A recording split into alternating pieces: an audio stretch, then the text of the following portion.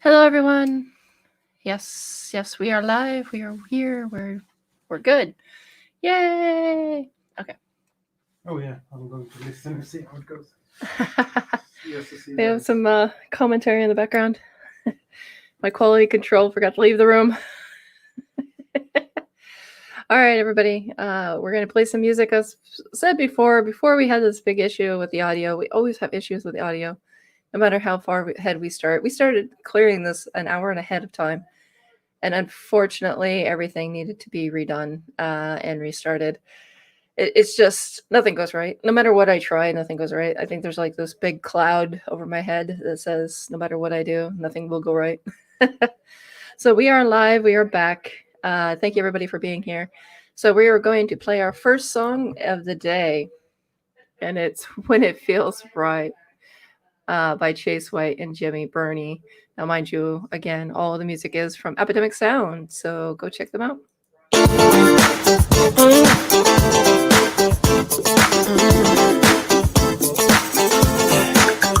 Well, let's get it on to your favorite song. The night is young, and you got me going on every single beat.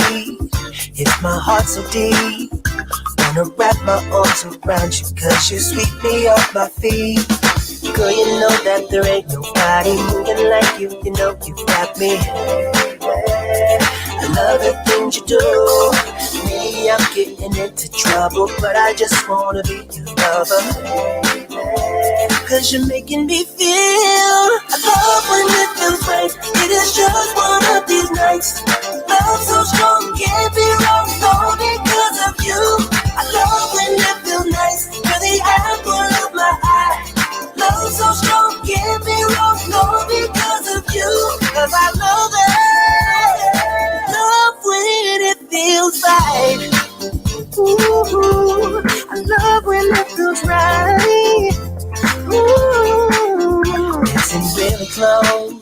This is how it goes. Opposites attract. Guessing everybody knows. Fire on the floor, sneaking out the door. We're just getting started, lady. Now I really want some more. Girl, you know that there ain't nobody moving like you. You know you got me.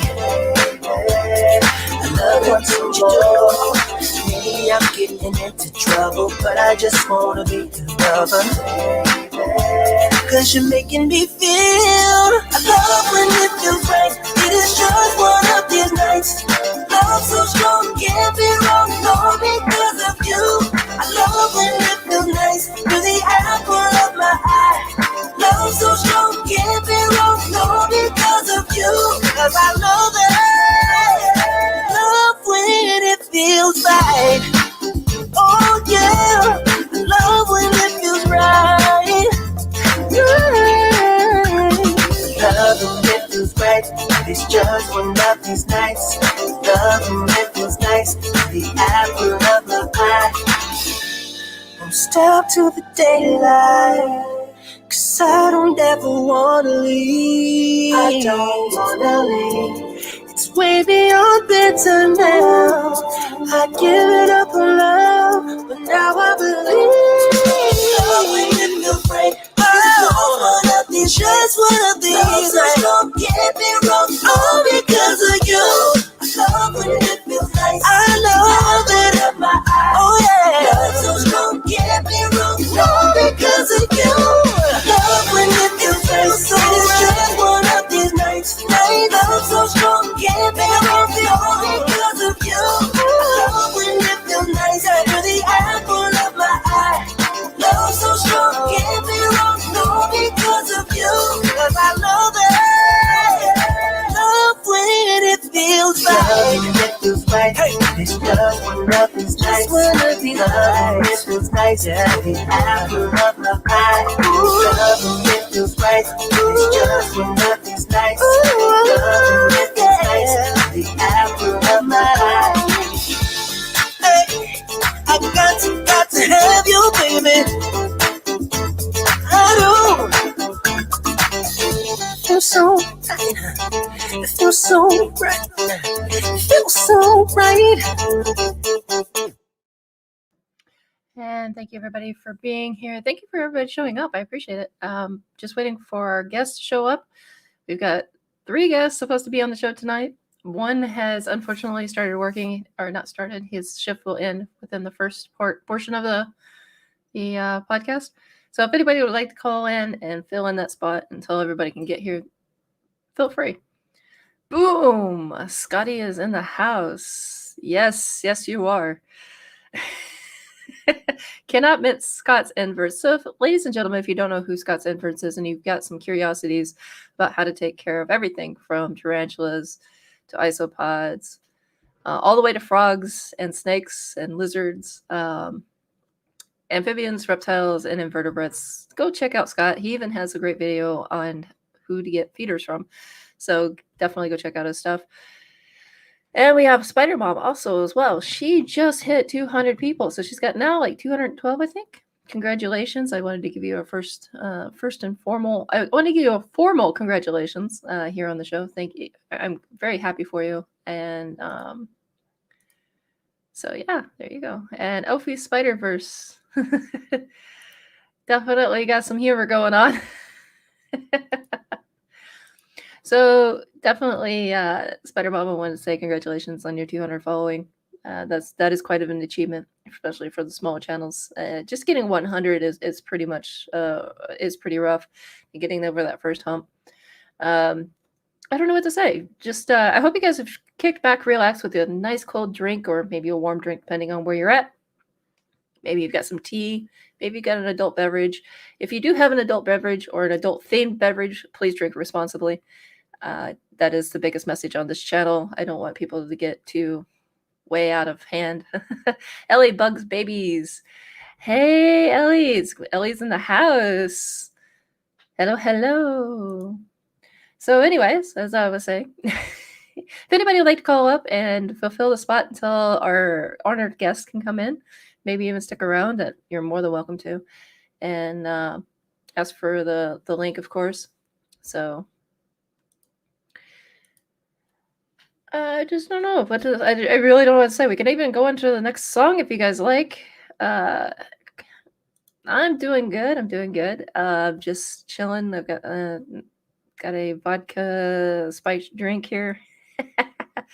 So yeah, again, if you are having an adult themed beverage tonight here on Have a Drink With Me Friday, just do it responsibly. Don't go too far out. You'll regret it in the morning.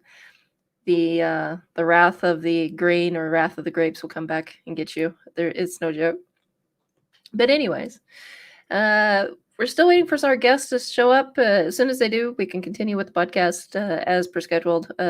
I do have one gentleman who is running very late due to work, of course. He's going to try and make it if he doesn't. And I didn't get back.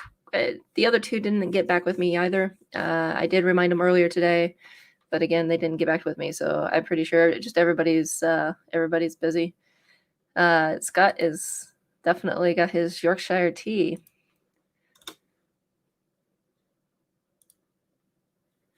So we've got some people coming in here. Thank you all again. Thank you, guys. Thank you, Jason. Thank you, everybody. I want to say thank you to everybody who is in. So if you're in here, please give a hi so I can give you a proper shout out.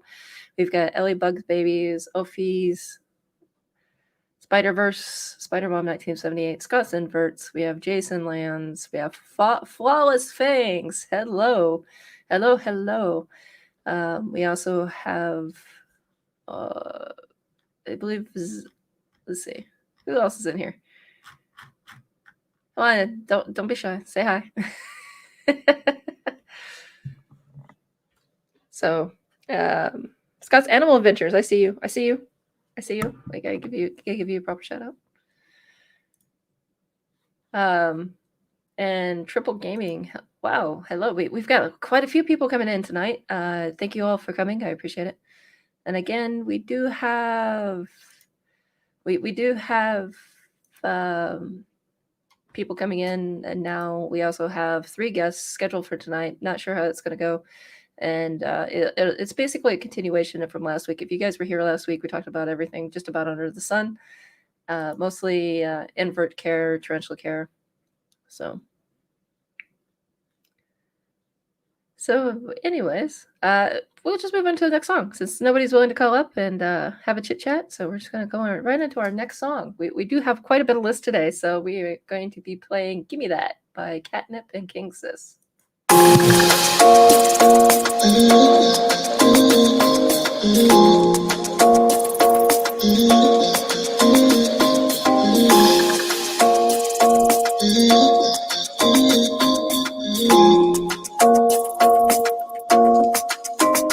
Why you wanna run away? Why you gotta be afraid? I wish I could make you stay, 'cause baby I love you. Why you tryna break us up when I'm tryna build it up? I wish I could make you stop, 'cause baby I love you. Guess I'm gonna dance alone tonight. I'm gonna miss your body. You know I can never get it right without you. No, I don't wanna step into the light if I don't get you, shawty. You bring out the sweetness of my life. Oh yeah. Come on and give me that, give me that, give me that good, good loving. Come on and show me that, show me that, show me that you're the one. I move to the left while you move to the right. Why you tryna fight? Just come on and give me that, give me that, give me that good, good loving. Give me that, give me that, give me that, give me that. Give me that, give me that, give me that, give me that. Give me that, give me that, give me that, give me that. Give me that, give me that, give me that, give me that good, good loving. First you wanna come around, then you say you're leaving town. Everything is upside down. Oh baby, I love you, yeah. Why you gonna leave when I need you the most? Wherever you go, I'll be there, you know. Don't be a stranger, don't be a ghost, 'cause baby, I love you, yeah. Guess I'm gonna dance alone tonight. I'm gonna miss your body. You know I can never get it right without you. No, I don't wanna step into the light if I don't get you, shawty. You bring out the sweetness of my life. Oh yeah. Come on and give me that, give me that, give me that good, good loving. Come on and show me that, show me that, show me that you're the one. I move to the left while you move to the right. Why you tryna fight? Just come on and give me that, give me that, give me that good, good loving. Give me that, give me that, give me that, give me that. Give me that, give me that, give me that, give me that. Give me that, give me that, give me that, give me that. Give me that, give me that, give me that, give me that good, good loving. Why you gonna leave when I need you the most? Wherever you go, I'll be there, you know. Don't be a stranger, don't be a ghost. Oh, I don't feel right when I dance alone. I don't feel right when you don't come home. I miss your body and I love you so. Baby, I do, oh yeah. Come on and give me that, give me that, give me that good, good loving. Come on and show me that, show me that, show me that you're the one. I move to the left while you move to the right. Why you tryna fight? Just come on and give me that, give me that, give me that good, good loving. Give me that, give me that, give me that, give me that. Give me that, give me that, give me that, give me that. Give me that, give me that, give me that, give me that. Give me that, give me that, give me that, give me that good, good loving. And welcome back, everybody. Hey, that was an excellent song. Probably one of my top favorites here on the channel. I've got some. I've read some of the comments. You got speaking of Ophi's Spider-Verse. Speaking of inverts, I'm collecting on my Facebook for my birthday for Invert Studies Institute nonprofit, since we all love them. Just trying to give it back. Yeah, absolutely. I totally get behind that. Once you get everything based out, fleshed out, definitely. You know what? You could definitely come on the show and promote your channel or promote your Facebook channel and promote what you're doing or trying to do there. But once you get everything fleshed out, that way you can answer any questions I'll be shooting your way during that time. Because I personally believe that's an excellent way of going about things. You know, try to get back to, you know, to the world kind of thing. we got the whole family is in here. I've noticed you've got I've noticed everybody's knowing everybody pretty much, which is great. Actually, it brings out a good mood to the whole channel. Now, I wanted to talk a little bit about our guests coming in. We are going to be talking about Scott. Scott is going to be AFK. We are going to be talking about a bit about tarantula care, and inverts in general. I brought my questions. And if our guests do not show up, guess what? I'm going to ask you guys those questions and hopefully try to rope one of you guys to come on the show and I get to interview you guys. Sounds like a plan. So I do have a backup plan. It's my fans. You guys are my backup plan. As much as I love you guys, I'm going to throw you guys a little bit under the bus with some questions. Maybe I do or don't know the answer to. It's just one of those things. Maybe we could talk about the Spider versus Cause right now. I know she's trying to get something out there. Well, definitely, like I said, once you get that fleshed out, definitely give me a shout out and I will definitely have you on the show. I would love to give you a solid 3 hours to yourself to talk about that. Maybe get some people in on your idea. I think that would be great. Some people are, I don't know. That some people are just a blessing. I just want to say that, and I think it's a blessing for me to see the people who are trying to go out of their way and help the world. For the love of inverts, going hardcore. Scott inverts my work phone too. Wow. We've got. Oh yeah. Spider Mom just did a LP rehouse. Now I'm going to say this, and I'm going to say this on the record. I think she paid that tarantula because that was like the perfect and easiest LP rehouse I've ever seen. They just moved on over. I have sat there on my knees and sometimes cross-legged trying to rehouse some of the most supposedly easiest tarantulas in the world, and my legs were falling off. I could not stand. And once I did, it was like 3 or 4 minutes until the blood finally got to my feet. Because, the rehouses, when people see YouTubers and they see this easy rehouse, they don't know the realistic side of it.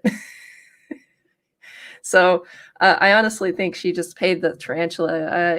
She probably pulled him and said, hey, I'm going to give you some extra super worms and maybe an extra cockroach on top of that. And the LP went, no. If you're going to do that, you're going to have to give me my old house back. I want my old house back. I want everything back. I want all that webbing back as well. You're going to have to move everything over. Then I will move over. And then you're going to also have to feed me. Instead of one roach, it's going to have to be 2. And I'm like, okay.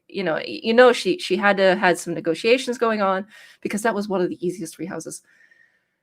So yes, I might be just a little bit bitter, just a little. Speaking of rehousing, you guys, I know many of people in the audience are keepers themselves. So what I want to do, what I want you guys to do is I want you guys to put out what was your most insane rehouse story that you have, your most insane experience that you've had, because I think that'd be fun. I think it'd be kind of give people who are getting into the hobby kind of a real idea of what they're actually going to face up to. When as their tarantula grows. Our first story is Scott inverts. I thought Scott was out. I thought he was AFK. He's back now. He chased a Caliano around the kitchen for about 2 hours. Oh, I don't want to laugh, but that's funny. If you guys don't know, Calianos are extremely fast. I mean, they're extremely fast. They move up to faster than basically the blink of an eye. We have Tony Webb in the house. Hey, Tony, how's it going? Man, I got rehoused Damien Medios babies. That'll be fun. Good luck with that. Follow Slang says they've got a P Formosa running up their arm and on their back. Oh, that I bet you were sweating some bullets there. I know one of my craziest rehouses basically was the Caliodum. It got away from me 3 times, but luckily, you know, it was an enclosed room, so it was like, good grief. Tara shut the kitchen door. Well, Scott, you know, I think you had some issues there. I think Tara was throwing you to the wolves. If you make it out alive, it's all good. If not, you know, that's a whole different story. Oh, that's funny.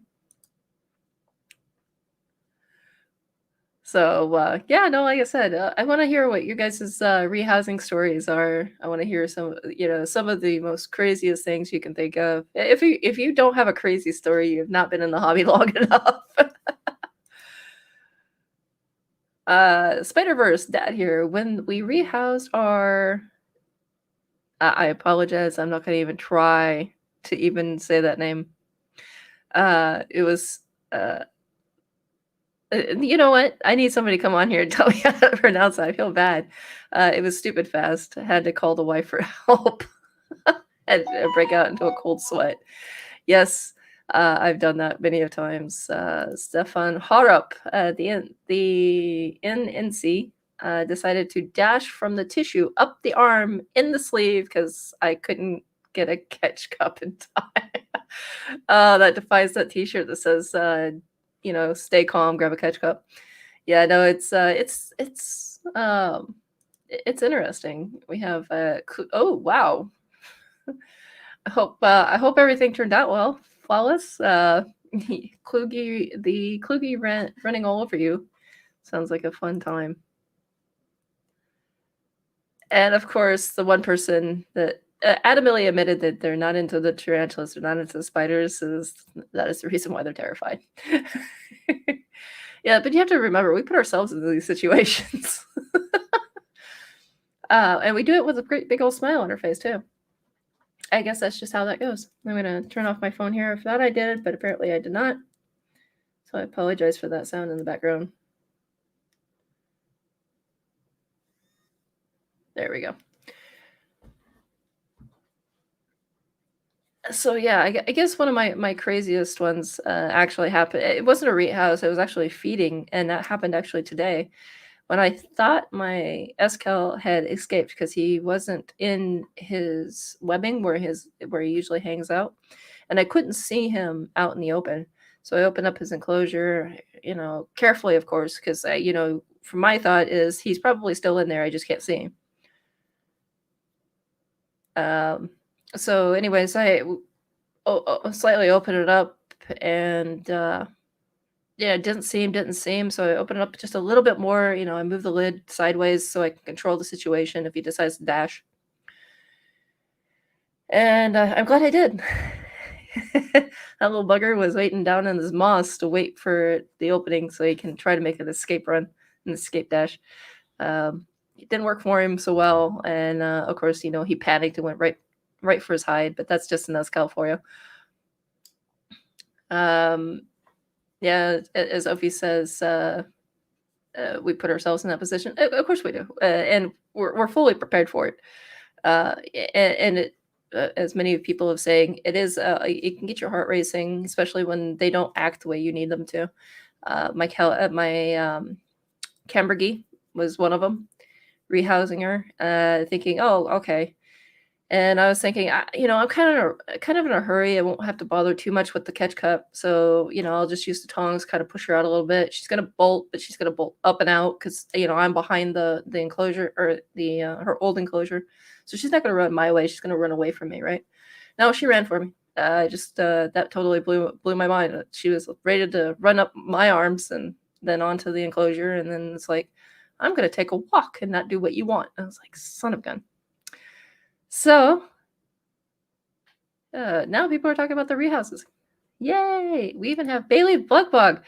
Hi, not too bad time here. No, you're not. We're almost 30 minutes into the show. We're going to go for 3 hours. So if you would like, Bailey, I will give you a link so you can come on to the show and continue with your interview from last week.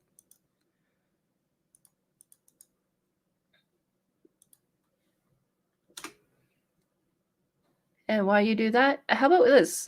We've got some great stories going on. I'm gonna click them, highlight them, and while we listen to another song. Our next song is "Sign" by Loving Caliber.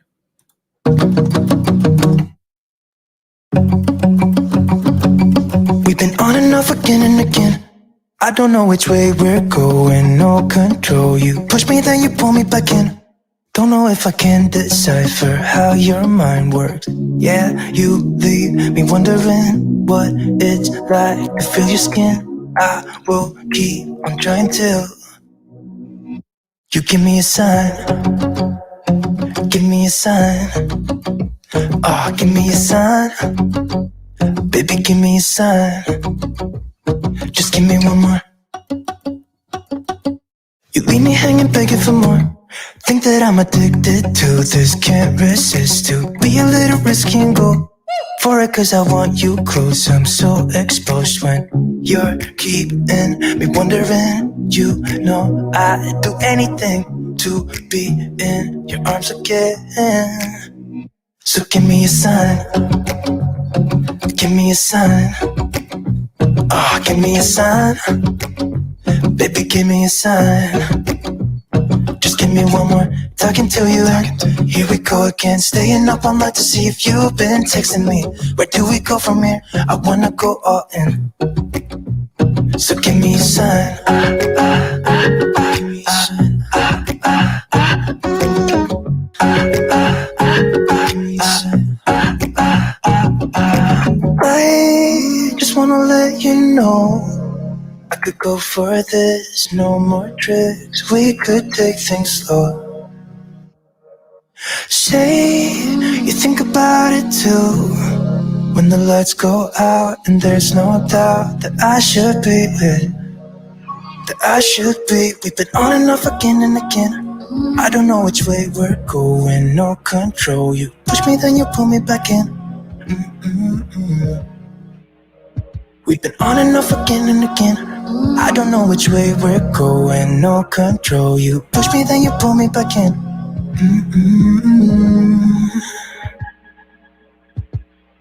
So give me a sign.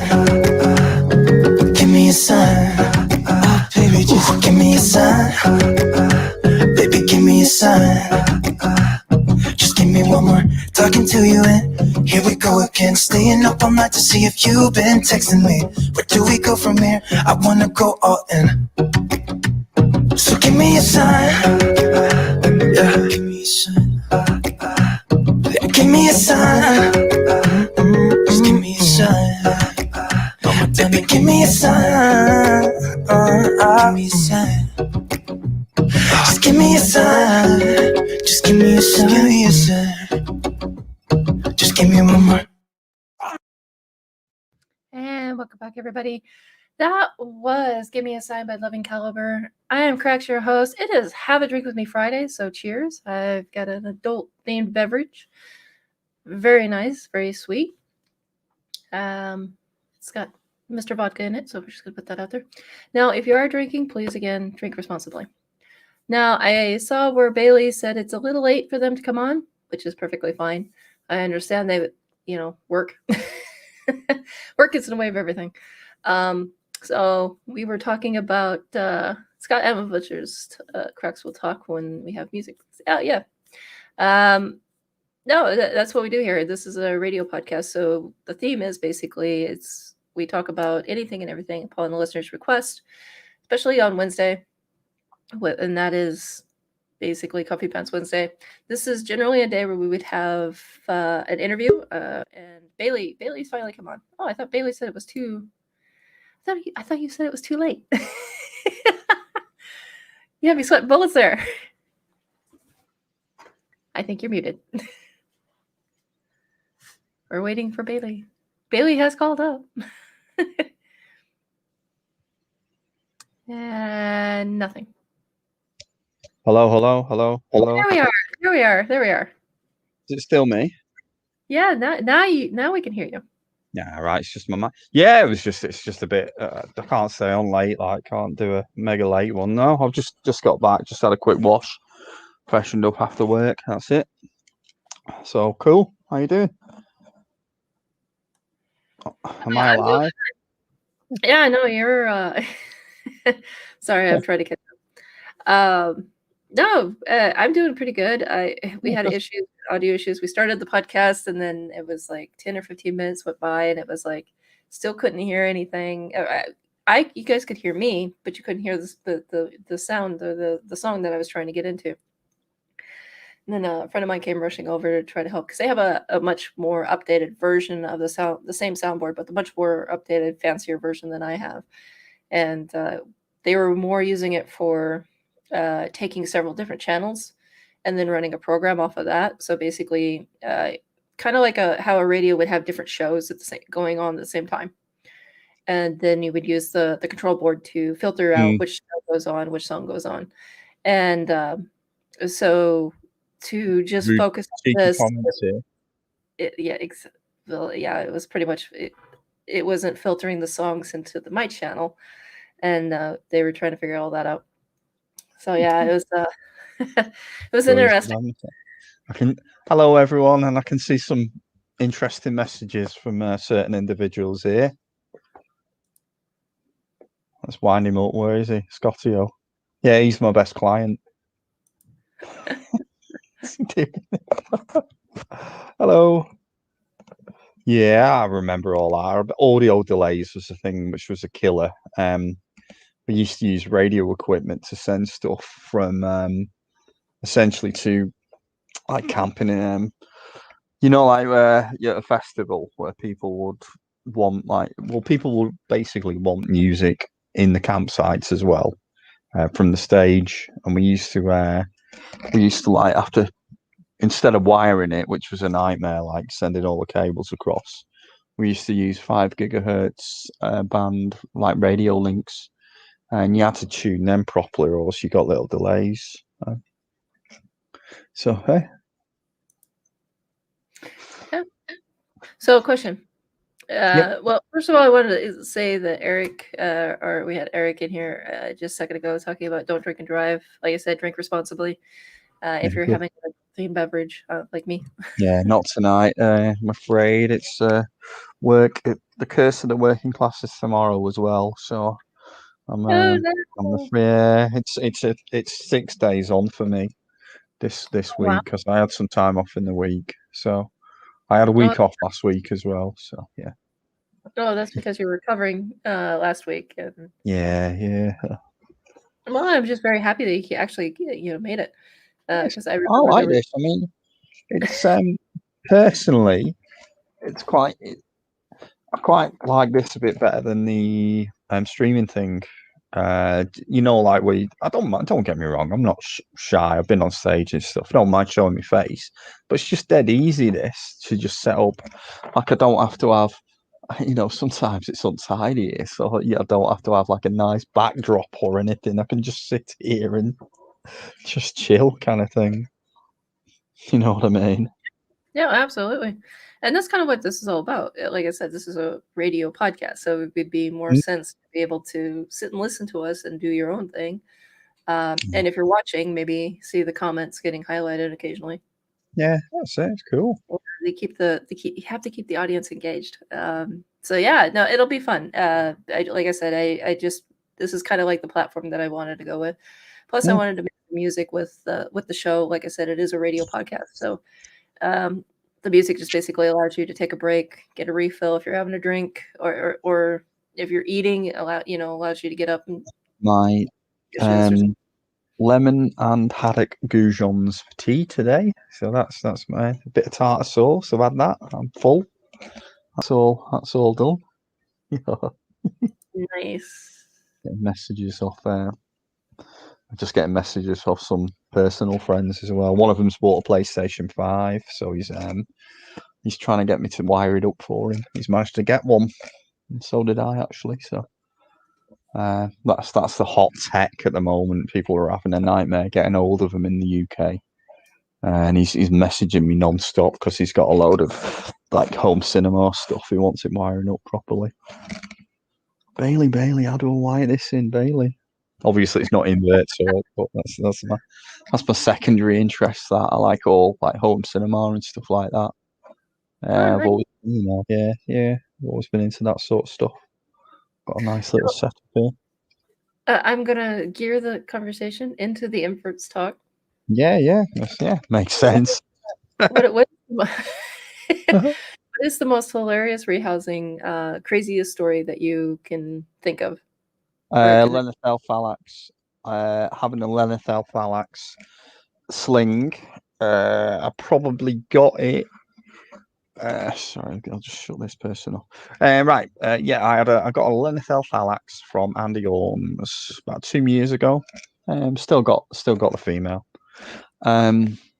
Within 30 seconds of me trying to rehouse it, it ran up my arm, and essentially it was a sling. It was probably about 2 centimeters across, if that.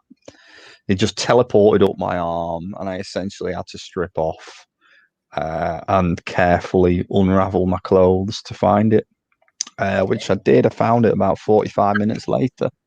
Yeah, Oh God! It took 45 minutes to find this little one. Yeah, it jumped off me or whatever, and I have found it over, in fact, under my hi-fi rack. What I did, I got a torch, and I actually saw it was. Bear in mind, this is a sling about as big as my little fingernail. I shone the torch, and the torch shined it in its eyes, and it reflected, and that was it. I got me catch cup and sorted, and I've now rehoused it 3 times with no more incidents. It's probably what is it? What size is it now? About 5-6 inches. Just a big leggy beast. Yeah, It's grown in 2 years. I've got it. When did I get it? October 2018, I think, or 2019. It's either 2 years or it's around 18 months, something like that. What a story, Tommy Wiser. I did not do it. I did not hit her. Oh God! Okay. A lot of my rehousing is my first early experience with old worlds. They took me by surprise. A lot of them. OBT, those things they can be quite interesting. Not particularly. No, I know they have a reputation, but it's weird to me seeing these, like, they're almost cylindrical. They're a weird shaped baboon spiders, and they don't look like they should be able to climb walls, but they can perfectly. Oh yeah, no, they can do quickly. Quickly. I have a Rhodonolus, and I had a Darlingi. Darlingi, of course, he hooked out, didn't eat for. He died actually after about 6 months after hooking out. And mine didn't live long. I'm still trying to figure out. I was like, I have others that hooked out and they're still living. And it's been a year plus. It seemed quite short-lived to me. I've had 2 which haven't been that. They've not lived that long after hooking out, and unfortunately, I've not been able to get them to, like another breeder as well, which is a shame, really. But yeah, no, I've seen them go not up a wall, but up the wall of their enclosure. Really quickly, especially for food. Like, ooh, when they're food motivated. Well, speaking of food motivated, my Streptopelma ciliatum finally ate first time in. Don't want to get bit by one of them. They've got a reputation, haven't they? Yeah, but mine. It's really funny because mine. He's just now starting getting bold enough to try to escape, which is really weird because he tried to do that today, but he also ate today. See. Well, most of the time, he usually just runs straight into his hide and wants to go there while I because I could. No, I mind you how I keep it. I keep it in a controlled area. I have a micro bathroom. And if people don't know what a micro bathroom is, please Google it. It's a very, very small bathroom. But it basically keeps a very small room where he can't get away from me too far. And I rehouse anything like that in a bathroom. Exactly. It ends any and all issues of escaping. It does. Yeah, it does. And it's easy to lock the door and make sure nobody comes in and disturbs you. Yeah, absolutely. Yeah, that's much. It's a little- Variolestis scutatus is another rehouse. They several times I've actually had to catch them. I've actually caught them in my hand. You have to be careful, like, but they don't run. They jump. They just jump and they launch themselves. I don't know if you remember. You know the film Arachnophobia. Yes, I know yes. right. Variolestis aren't Nope. that. They're not the species from that. I think they're Venatoria. I think they're a hunt, but they basically act like the spiders from that film. You know, the sort of drone spiders which are in it. Yeah, no, it's the one thing I hate arachnophobia. If you know, it's arachno. No, let's get back on the same page. Arachnophobia is Mhm. the movie where the Yep. one spider crossbreeds with the other, and then they Yeah, have this, it's the one where they find the spider in the little. There's like a crevasse in Africa or something. It's like a prehistoric spider. You know what I mean, kind of thing. Yeah, sort of. That's what it's basically. They find they're in they're in Africa or wherever. they're in South America. Oh, my mistake. Of course they are, because he comes over land, doesn't it? Yeah. Yes, he's in South America. But the thing is, it's Well- in a valley. It's in an untouched valley. That's where they find it, if you understand what I mean. So it's like it's in a strange ecosystem. And then That's they what I start meant. showing tarantulas. It's like Yeah. the sizes are completely different. There is no way they can crossbreed. And Yeah, That's and right. Yeah. it just burned me alive because people thought it was like the coolest thing ever when it Mhm. came out. And then they're Mm. like, see, this is why we don't have spiders. And it's like, oh, you No, make my head hurt. Please stop. it's got John Goodman in it. It's quite funny, isn't it? Stuff like that. Isn't it? So, Well, the thing is, I'm trying to think, how could they even take themselves seriously at that time? Because Yeah. at the time they were just, it was so far fetched. It's like you please don't take yourself seriously. Because every time they showed a tarantula, every time they showed the actual spider, it was a tarantula, and then they couldn't stick to the same tarantula. If you notice that it was different species. yeah, I get you. Yeah, because they have huntsmen. They have tarantula huntsmen, then that big animatronics thing, whatever that is, like whatever it's supposed to be. Yeah, exactly. Echo, change spotlights to yellow. What? Yeah, good. That meant my at 9:30, like my lights go off and my lamp comes on, but it was too dark. So Yeah. I just had to do that. I was chatting to you in pretty much pitch darkness then, so stupid. So we've covered that, and my drink is pretty much empty. So what I'm going to do is I'm going to play another song, let you get a bit of drink, let you refill, kind of relax as you just got here, because I know you were like in a hurry. Cause you're It's just Friday night, basically. I made it, because I get it. You say you're going to be there and you can't be there because of work, and then you're just in a rush after that. Yeah, I get it. I get it. So we're gonna play another song. Like I said, I have a huge list of music today. So I came prepared, and I'm supposed to come prepared in everything else. All right, it is Wasted by it's Wasted, Kill the Lights by another song by Living Caliber. Kill the lights. Said that out loud.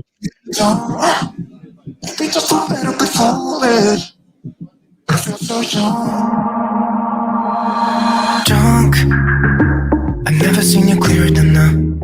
We're flying high, floating somewhere up in the clouds. We're going out of ourselves, can you feel it? Almost like I don't know if it's real, cause when we're doing our thing, we're the wheels that won't stop turning. So take me on a trip, now, trip. Oh, flick the switch, kill the lights. Oh, wasted. City lights are shining so bright. All these empty faces, we don't care about them tonight. We're going out of ourselves, can you feel it? Almost like I don't know if it's real, cause when we're doing our thing, we're the wheels that won't stop turning. I know we're acting stupid, we're being dumb, maybe just a little bit foolish, but I feel so young. Let's go a little crazy and lose it.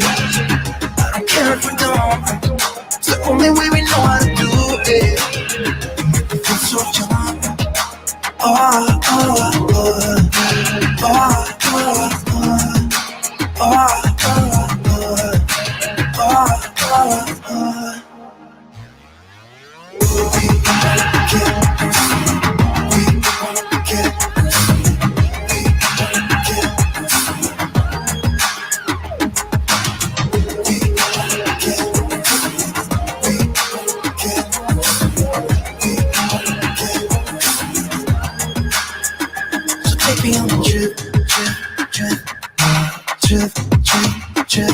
Oh, flight, fly, switch, kill the lights. I know we're acting stupid, yeah, being dumb. Maybe just a little bit foolish, yeah, I feel so young. Just go a little crazy and lose it, yeah, I don't care if I don't. It's the only way we know how to do it, yeah, I feel so young. I know we're acting stupid, yeah. Maybe just a little bit foolish, yeah. Just go a little crazy and lose it, yeah. It's the only way we know how to do it. Kill the lights. Hello, everyone. Welcome back. Cool. Oh, we've got. Hold on one second. We've got a certain someone that's stuck. Try to figure out how he can get how he can get into the chat. Mhm.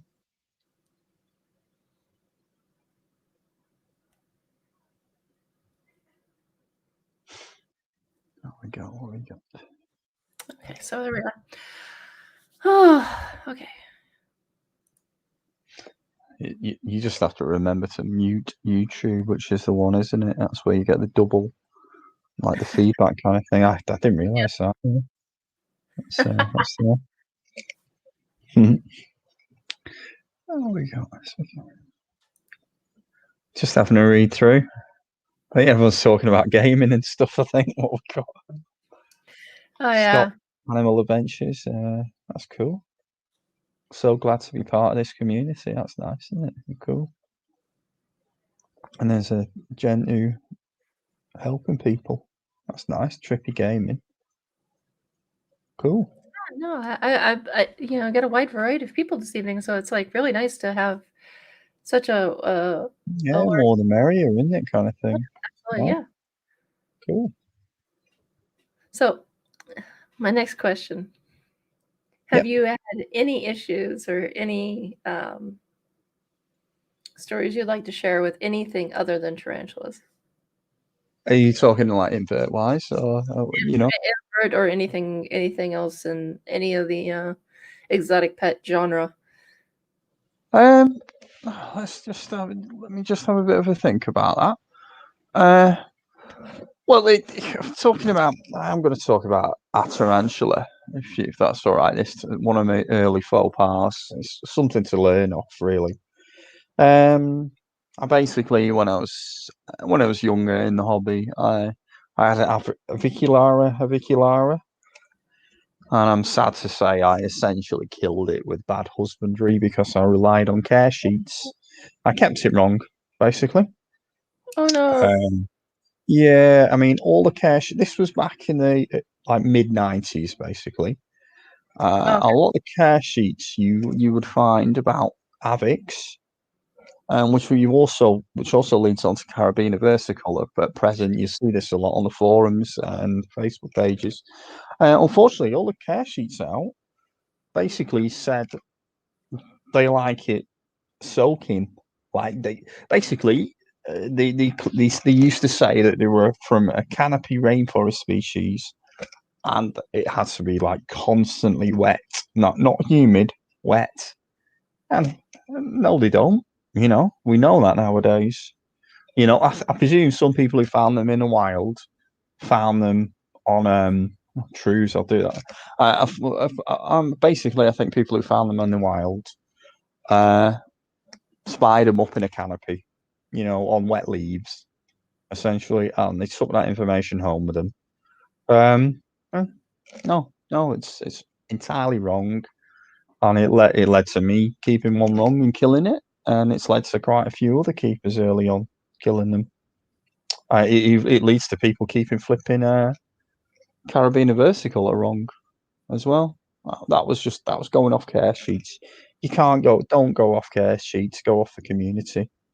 Yeah. The thing is, now it's gotten to now it's flipped. It's more like look at the care sheets, because the community now has inflated to the point where egos have started blinding people's judgments, and it just becomes a fist fest.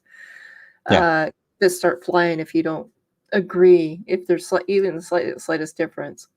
Yeah. Uh, For example, I had a infestation of springtails. I mean, they were so bad they actually were getting issues, giving the tarantulas issues because they were Yeah. jumping on the food before the tarantula could get to the food, kind of thing. Especially Yeah. when you have slings or juveniles or even subadults, Mhm. especially.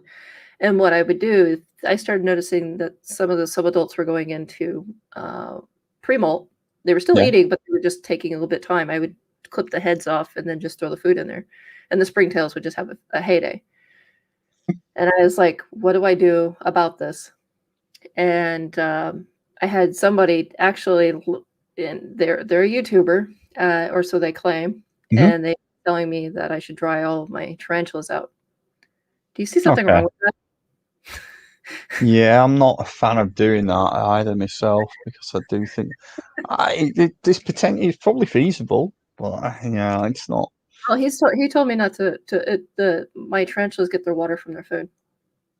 Yeah, it's not accurate for all species, is it? I But, mean, you I've know, got he's been for 20 something years, so I should listen to him.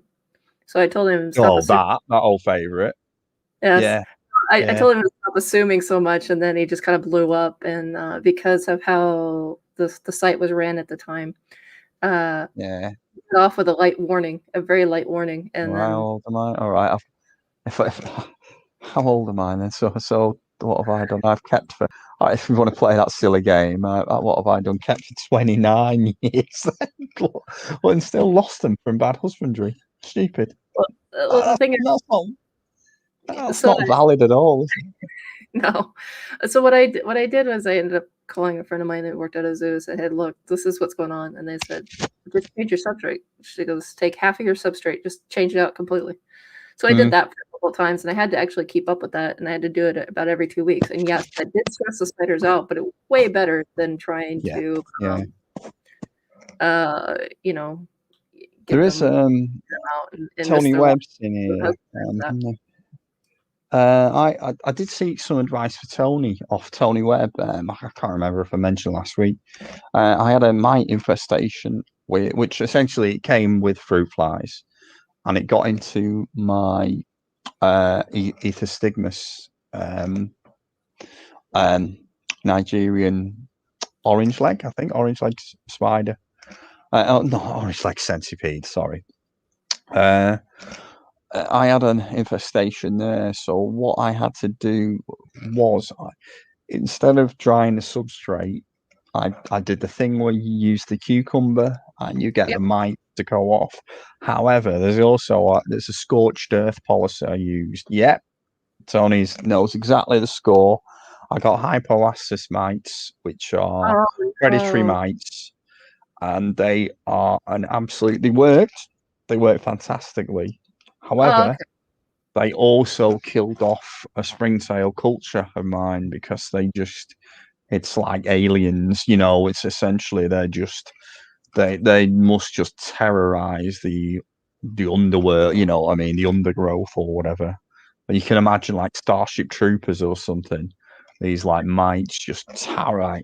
Or if you've ever played Warhammer, they're probably the equivalent of like Tyranids in Warhammer or something like that.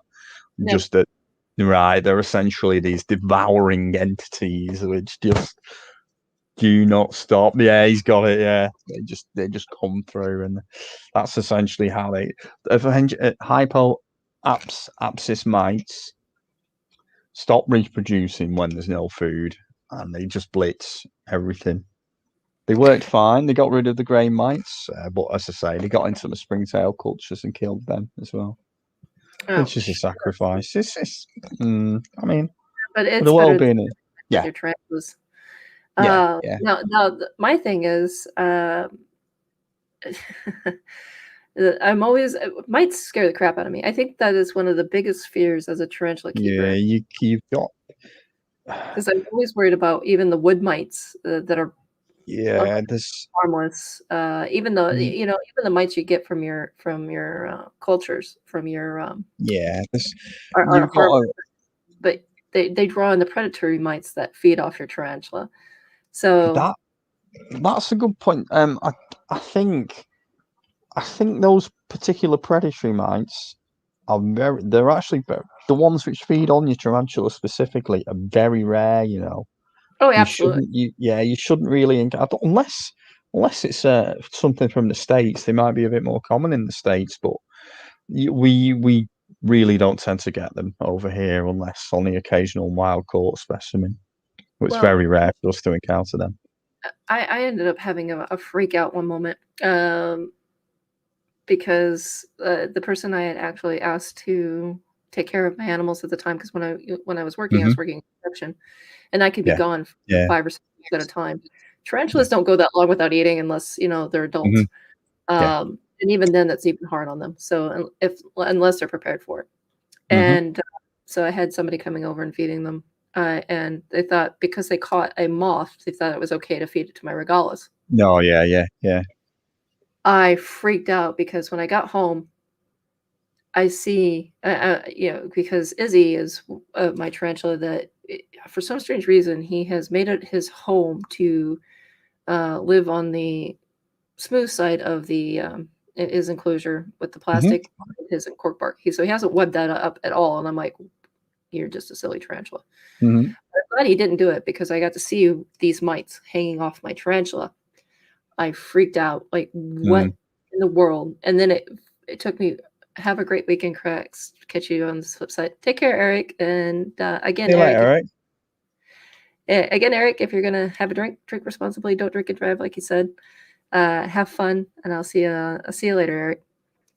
But anyways, so I freaked out, and of course, I immediately called the vet. The vet says, "Well, there's not much we can do. We can swab to see what kind of mites they are, and then we can go from there." I was like, okay.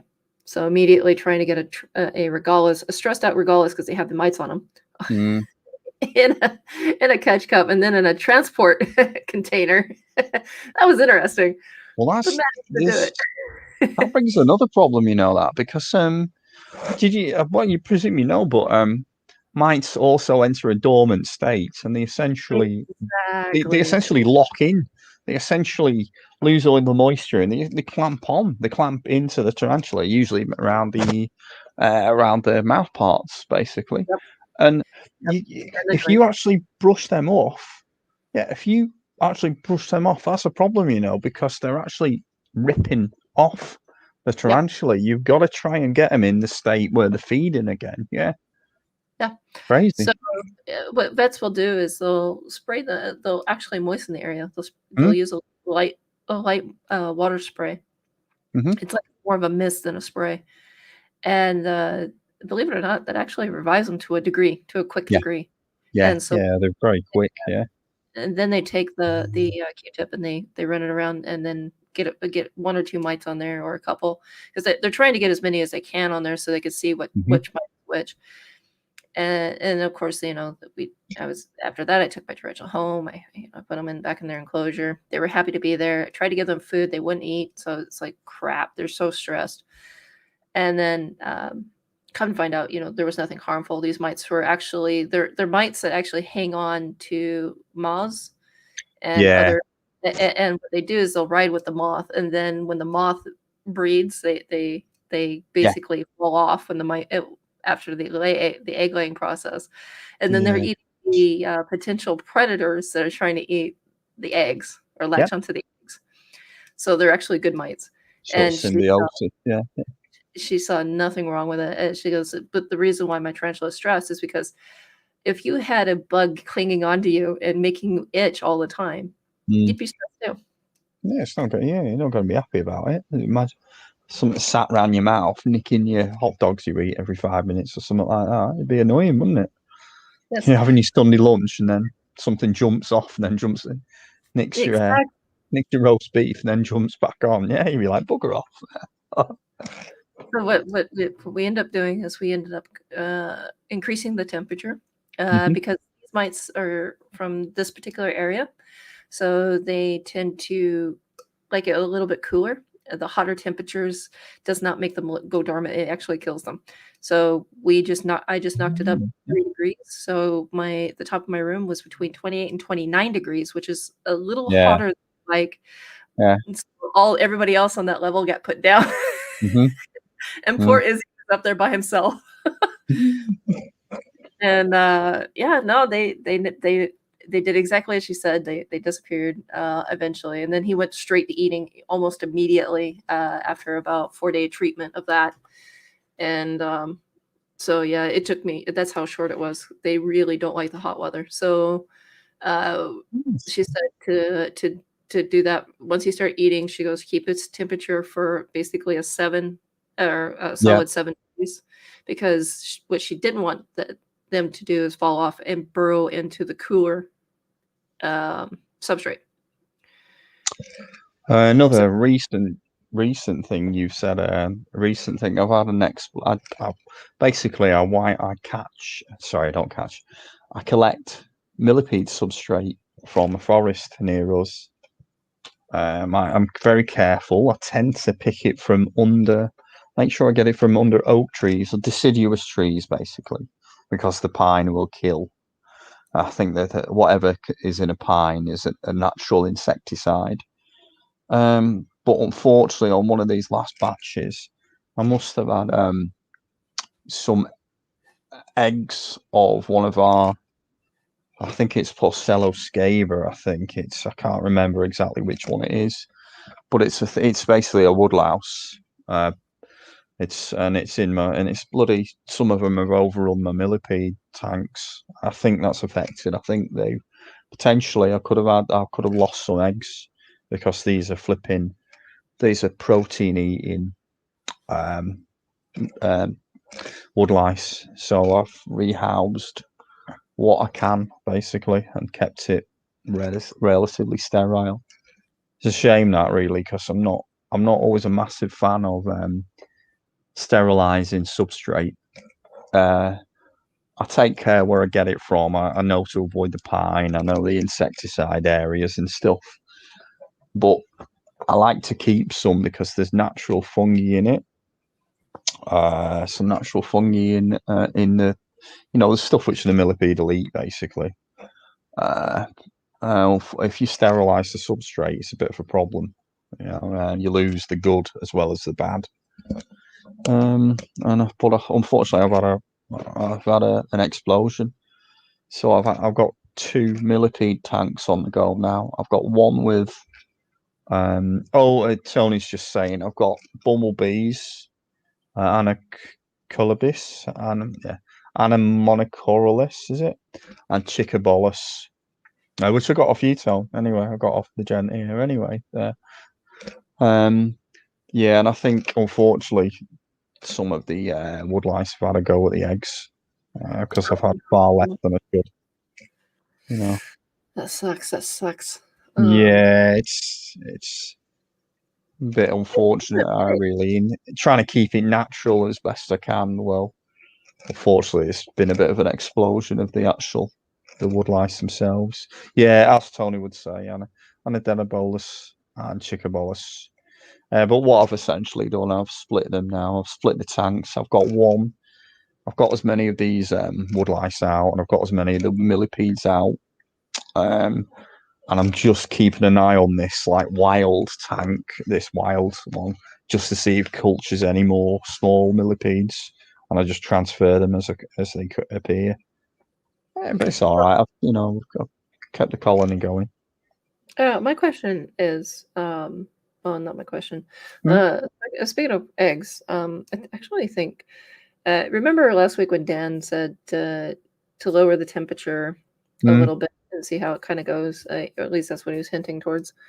So I did. I put her down at 23 degrees, and sure enough, she disappeared behind her log. She has pretty much not come out. She won't eat. She's not in a pool that I can see. But she is pretty swollen when I stick my camera back there and check on her. Nice. So I'm hoping that she does lay. If she does, then that'd be great. If she doesn't, she just goes into a pre-molt. I'd be happy with that, just as even. Mainly because the prior owner fed her too early, and she had some damage around the membrane between the chelicerae. Yeah. And the fang itself, that thin layer that's damaged. So yeah, we're so either way, I'm really, really hoping that it's either a molt or if she lays, that'd be great. Mm, he's Because you know, he's had some success with something this week as well. I've forgotten he posted on one of the chat groups where he's had some success with one of his egg sacs. He's great for advice like that, really. He like you said when you remember speaking to him, he just went species specific, didn't he? Yeah. Exactly, He species don't- specific. Yeah, he does. He does keep some other things. He's got like an H boa, he keeps stuff which interests him as well. But the fact that he keeps stuff species specific, it's really his husbandry is absolutely on point. Absolutely cracking. Really interesting listening to him. I was hoping somebody would share the show with him and get him back on. That's a good point, actually. Yeah, that's a good point. We've put it in the groups he's on anyway, so if he's free, I'm sure he'll pop in. Right? So, Oh yeah, no, this must be a weekend that everybody's working and everybody's showing up late. yeah, it can get like that, can't it? We've had like the month, sort of post Christmas month kind of thing. We've had all that now. It's real world starting to kick in again a little, isn't it? Well, if unless the governments have their way and everybody continues to stay in lockdown, then that's going to be a hold.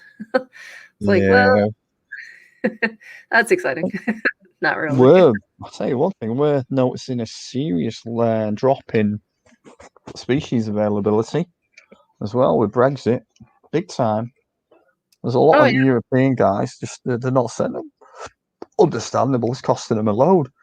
But there's loads, they're just not sending them to us, I mean, I used to I think Scott I think a lot of the stuff we used to get a lot of true spiders. I bet they came via Exopet, and obviously they're not.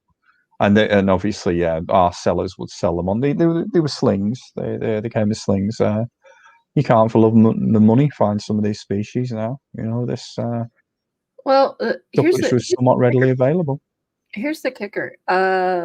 If I, once I get my business license and I get my paperwork, I cannot ship them to the UK. But with proper paperwork, I can actually walk them in, and of course, I'm claiming them through customs. So there is a loophole that can be exploited. It just depends on how much you want to spend. Yeah, exactly. Yeah, there's all sorts there, isn't there?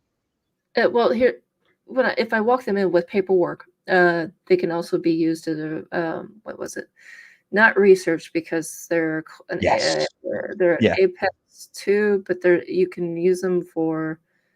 Oh God, I'm not at my computer. If I have a computer, I can bring up all my notes because I had conservation related. I'll tell you what's interesting is I've just been looking through spider groups on Facebook. The cost of captive bred are they still Grammostola rosea? Spider Shops put some up for sale, captive bred slings. Bear in mind, like 5 years ago, an adult female of this species would be £20 sterling. Full adult female. Okay. These slings now, captive bred slings, are on their website for £115. They're capture bred. They're just, I think it's Chile. I think they're not exporting. Right. Like, keep the species. Obviously, do the right thing by the species. Right. Okay, just to see. Yeah. That's the change in. That's the change in price for species like that as well. £15 for a sling. Well, the thing is, the places where I can buy slings are much cheaper than what I can get them from, like the Spider Shop and all that. And that's not including the shipping. If you had the shipping, it's just way more. Yeah, it will be now. Yeah. Exactly. Well, it wasn't even now. It was way before then, because remember, I live in Sweden, so I have to go through. I have to go through the Danish. It was the German, then the Danish, and the customs, and then Stockholm has their own setup. So the taxes on that is just extremely. It's like it was just painful. But if I order them from a place called, say, like Poland, Mhm. I only have to pay the Danish tax, basically, because there's a it basically was the area it comes from. So that was before Brexit. Now with Brexit, it's just astronomical. It's not even worth it. Yeah. So I teased a friend of mine saying, it takes about €100 to buy a ticket, a one-way ticket. Mind you, if I buy a two-way ticket, it's going to be a bit more than that Mhm. to go to the EU right now. So if I want to go to the EU, I just bring my Swedish passport with me, and then fill out all the paperwork and have it brought all of that. have it brought in. I can still almost sell them cheaper and then bring them to your house. Mhm. Depending on how close you live to the airport, Yeah. than it is for you guys to buy them from some of the other wholesalers. And I'm trying to figure out, why is it like that? Why do you guys have it like that? And then it occurred to me, it's because nobody wants to take the time to fly back and forth. Nobody wants to take the time to fill out the paperwork, because there is Yeah. a lot of paperwork that you've got to fill out. And I'm sitting here thinking, is the paperwork worth it? Because the paperwork is, depending on the species, can range between 1,000 kroner, which is about €100, Mhm. per filing. And that's not including if I file it wrong. So if I even file it wrong, then I have to pay the fine for the Start filing wrong. again as well. Yeah. Yeah. They go through that like they scour through that with a fine comb, anything like that now. Red tape. I would have to basically have to do in the beginning, if I would ever start doing something like that, I'd have to actually hire a lawyer to help me file the paperwork legally Finalize it. Yeah. first time. So I got to pay that cost. Then I have to pay for the cost of the paperwork and then the ticket. And then somebody goes, would it be worth your time? It's like, well, I'm not really paying myself. And they're like, why not? It's like, not in the beginning. No business owner pays themselves in the beginning. You can't. No You chance. No. physically can't. So yeah, it was like, it was something that it was churning in the back of my mind. And then I keep hearing stories like yours, where it's like the limited, we're limited on species, we're limited on this, we're limited on that. And that's because you're not protected by the EU laws from CITES. And Mhm. I hate to blame CITES for everything, because CITES is a reaction to the illegal trafficking. Yeah. I get Yeah. I Yeah. 100% get that, and I support it to a degree. Mhm. Now, making a lawful business jump through every hoop just to cover the costs of loss from the illegal smuggling, that's not good. They need to fix that, and that's right now is what I'm facing. Mhm. Is basically when I pay extra on the paperwork, it's because I'm covering the loss of cost Yeah. I from the, get you. Yeah. and it's just that's like, oh, I hate them. I hate it so much, and I hate paperwork in general. So I worked in construction. I was not a team leader for a reason. I hated the paperwork. My lord. Yeah. That's what places. I like places of work there. Mondays or Fridays, essentially paperwork day, aren't they? Stuff like that. Hell. But I was thinking, it was like, would it be worth it if I had a tarantula? Say like I'm just gonna call it Zenithus. I know I could hear Dan. His ears are probably burning at this point. He's probably raised his head because I said it. I said that word. That's how I read it and how I'm gonna say it. Oh yeah, explain why we say it, don't we? I can't remember myself. Yeah, Zenetis or something. Zenetis. Yeah, I don't know. It sounds like you're summoning something. I don't know. Yeah. Yeah, it's like I'm gonna say it how I read it. I know it's wrong, but so that particular species, if I had something that expensive and I had enough buyers from the UK, absolutely I would do it 100% hands down. But that's just one species. Now it's very hard for someone in Sweden to get their hands on a Grammostola, whether it be a Rosea or even a Polka. It's very hard. We're gonna have some irony here. We're gonna have stuff like which were common species available at the time, like Brachypelma, Grammostola. I bet they start to, we get some curious thing like they get overtaken. We get like, I bet we start to get Typhonia Celedonia far easier and cheaper now because they're like one of the little buzz species which people are breeding. And they'll start to go. I was at shows a while ago, and they were selling them for £75 a sling in the last hour compared to what they have been. And they were originally they were hundreds. No, they were up in the 2 years ago. People were paying 450 quid for them. Yeah, they were paying 5,000 to 6,000 kroner, which is about 500 to 600 euro. Or if those in the US, like 500 or 600 US dollars. I'm just looking at chat here. Tony's just come up with obviously the specifics of the paperwork. But if you look at it, yeah. I was going to touch on the vet health certificate. That's the one, isn't it? Yeah. Bring his comment up. That's for everything, isn't it? When it comes to inverts, you don't have to have that. What you need to have, though, is you need to have the paperwork that states that it was captive bred, no matter what the species is. Gotcha. That's where you have a problem, because not all species require to have captive bred when you have a trade, such as, say, your curly hairs, for example, your Tentacatl abelosum. You don't have to have the paperwork that says they were captive bred. But if you bring them across border into a non-EU country, you have to have the paperwork that says they are captive bred. Yeah, yeah. That's where it comes to a problem, because you can't just file paperwork that says, oh, they were captive bred. They cannot take you at your word. They need basically a statement from the place you bought it from. And if they have a license and it was an individual sale, they have nothing legally backing you up. Yeah, so if you look, the things on the biggest problem. It's always stated on the spider shop and stuff. It's always stated on that now. Well, it always has been anyway, but I think it's even more prominent when you look. Yeah, so I'll be honest, like as primarily a keeper, I'm the last. It's trickle down, isn't it, kind of thing. I'm the one who gets hit with that last, and it's just I just have to take it on the chin. Whereas there's individuals like Tony's in the chat, well, yourself, like you've had to read up on that. I've had to read up on it to see how it affects me at the end of the chain. Whereas you yourself, Tony's got to read it for the reality of what you're encountering, or what you've got to deal with, basically. It's phenomenal. The price change.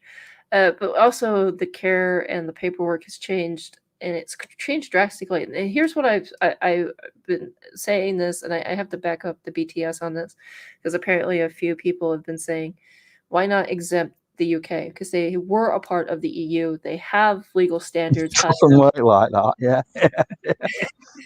It's not like the laws were already established. It's all right when you, for the guys who are sat in like the Gentleman's Rotary Club or whatever, thinking, the guys are sat there quaffing the port, thinking, yes. Everyone will kowtow to our needs. So it doesn't work like that in the real world. We've set ourselves adrift, in my opinion, really. So I'm sure people are entitled for their own conclusions, but I think we've set ourselves adrift, and we're going to have to start pulling ourselves back in, basically. Which is a good thing. I mean, you don't know what you have until you lose it, kind of thing. And then big time, until you have to pull yourself up by the bootstraps, as my mom used to say. Yeah. What I'm going to say, though, why don't we take a quick break? I'm going to refill my glass. As I said, it has a problem. Like last week, there's a hole in the top, and for some reason, it keeps emptying. So I have to go fix it and refill it. I'll just grab a drink. Yeah, I'm getting a little hoarse from speaking, so I'll just grab a drink. So, ladies and gentlemen, we're going to take a quick break. Our next song up, It's All About Us by the lovely Jocelyn Edgar. And I hope you guys are having a great time. If you have anything you'd like to say or add to this conversation, please feel free to either ask for a link. We'd be more than happy to have you on the show, or leave a comment. I will bring up the comment onto the screen. So anyways, as I was saying, our next song is It Is All About Us. Lights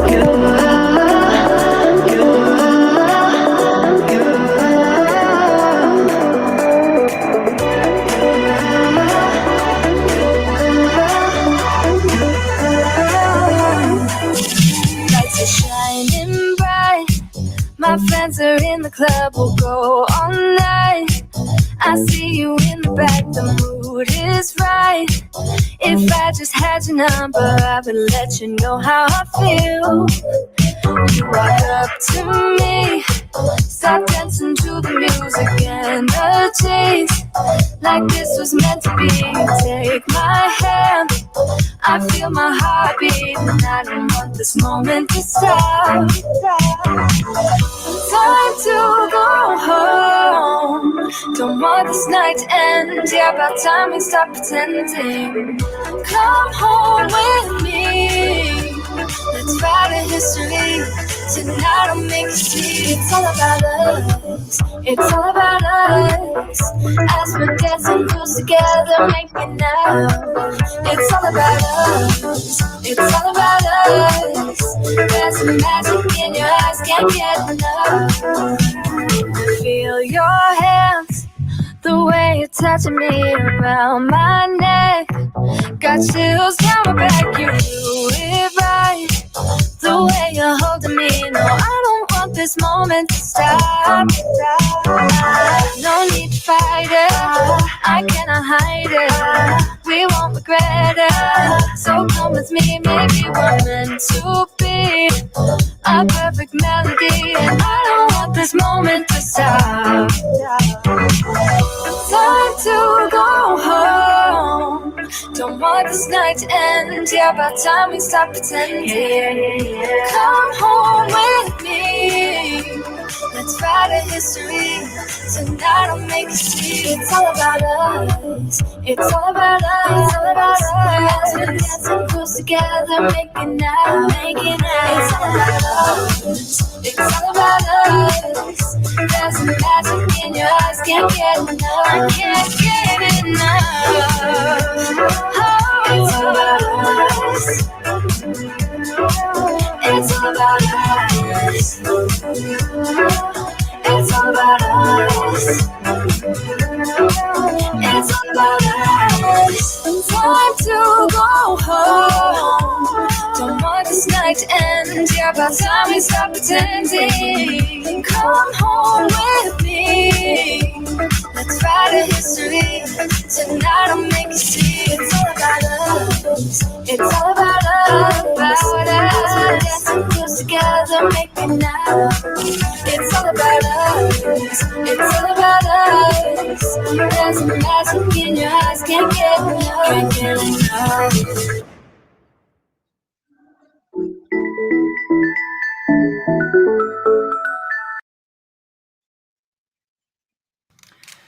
And I'm back. Sorry about that. I was like trying to scramble and try to get my drink. I was like, no.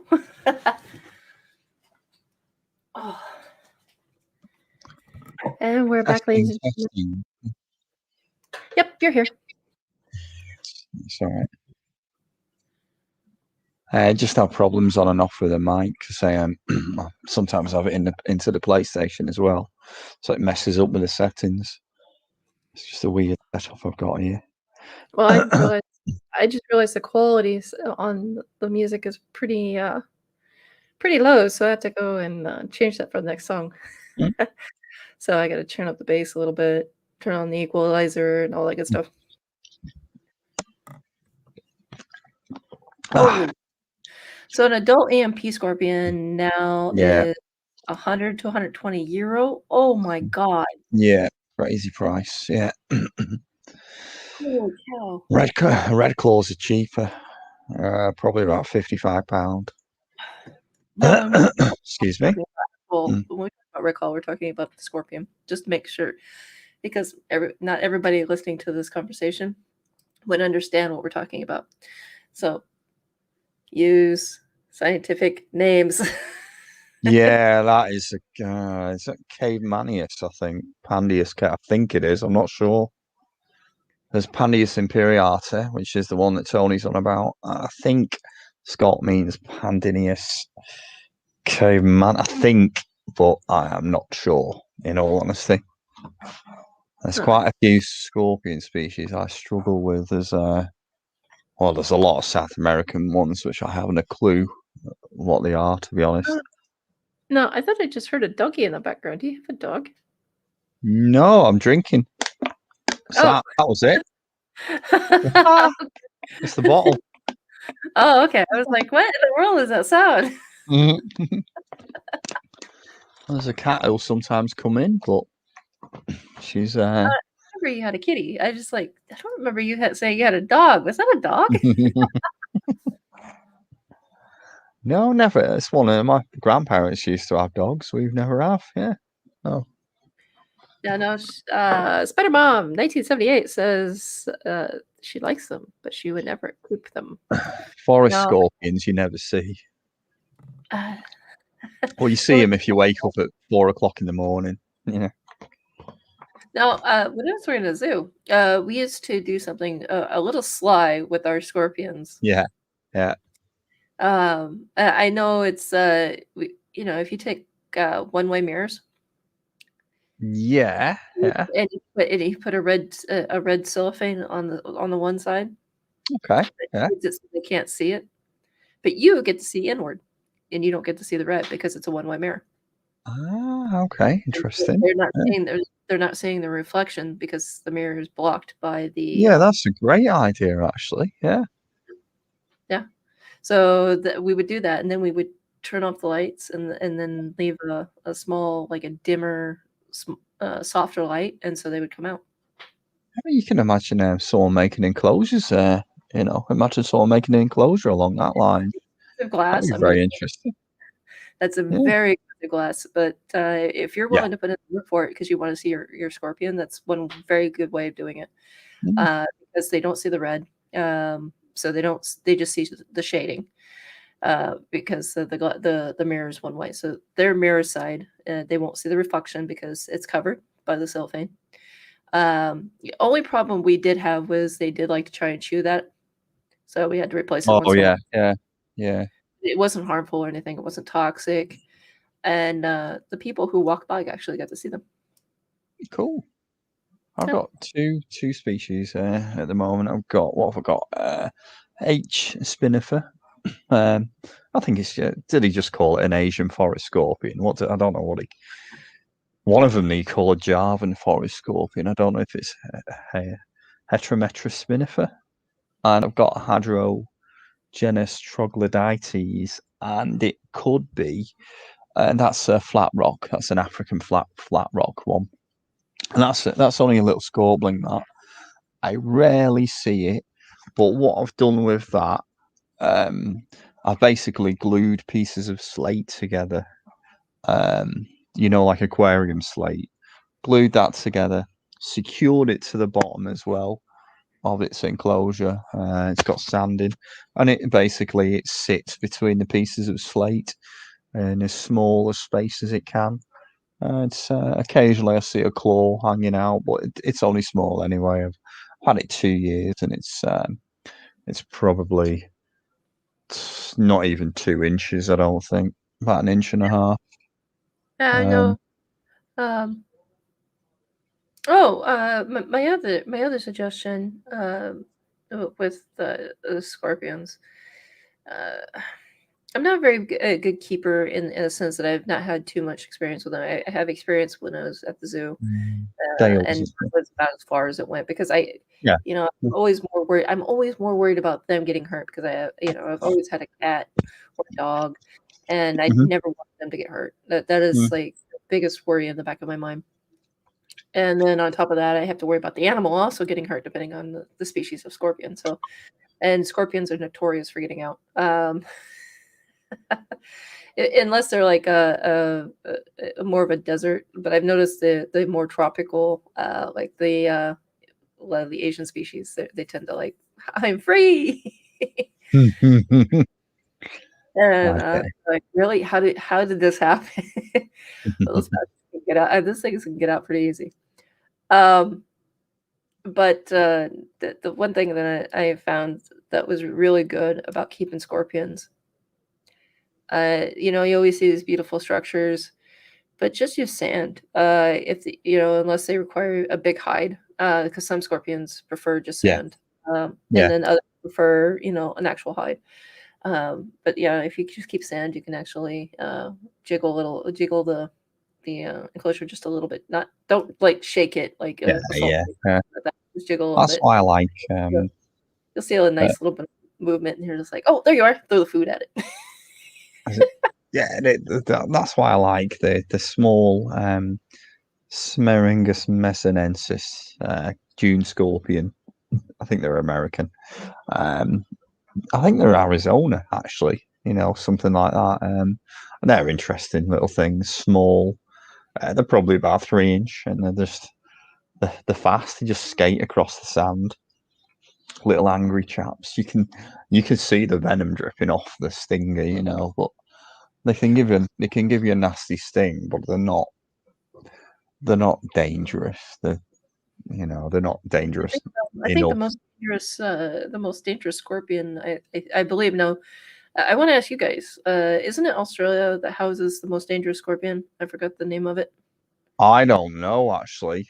This is more guys into DWA, and you probably Tony or Scott might know in this instance. Tony, Scott. Yeah, what the Tell us- flipping? tell us. What have we got? Where does the most Different- dangerous scorpion come from? That's my question. There you go. That's a good question. Which is the one with the common name, fat-tailed scorpion, Androctobus or something? That's Middle Eastern. Those are right. Middle Eastern. Butted typhus. Okay, let's get the old power of Google on that. Let's have a look what we've got here. A butted typhus. The name itself, typhus. That's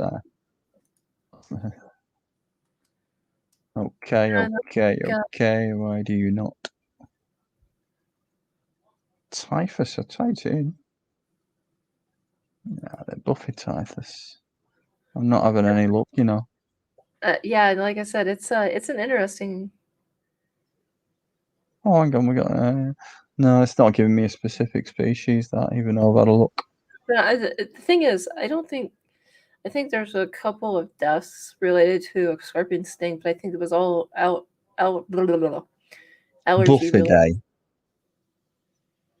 Buffidae, bark scorpions and fat-tailed scorpions. Oh, okay. That's what we've got. So They are. At Middle East that they have them. It's Middle East Africa area that they have the fat tails. And again, Africa is trying to eat you. It's the one where they classically everyone checks the shoes, isn't it, kind of thing. Yeah, no, that's another thing that bugs me. It's when you see these movies and they show this black scorpion because it's black. It's the most dangerous. It's like, no, are you kidding me? The worst thing, it might look at you. It might try and nip you with its claws. That's all it's going to do. Like, yeah. Exactly. It might walk over your hand. Oh, no. Yeah. You're sort of thinking in the back of your mind, wow. There's a really good film. An old English Hammer horror film. So again, I'm going Tony. You will know exactly what this is. The film is called The Devil Rides Out. It's a classic. It's very, very good. It's based on some excellent folk horror books from an old writer.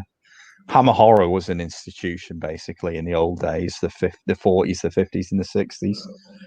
They made Christopher Lee's and Peter Cushing's career. Now, this was a different kind of film. This was called The Devil Rides Out, and one of the big bads in it.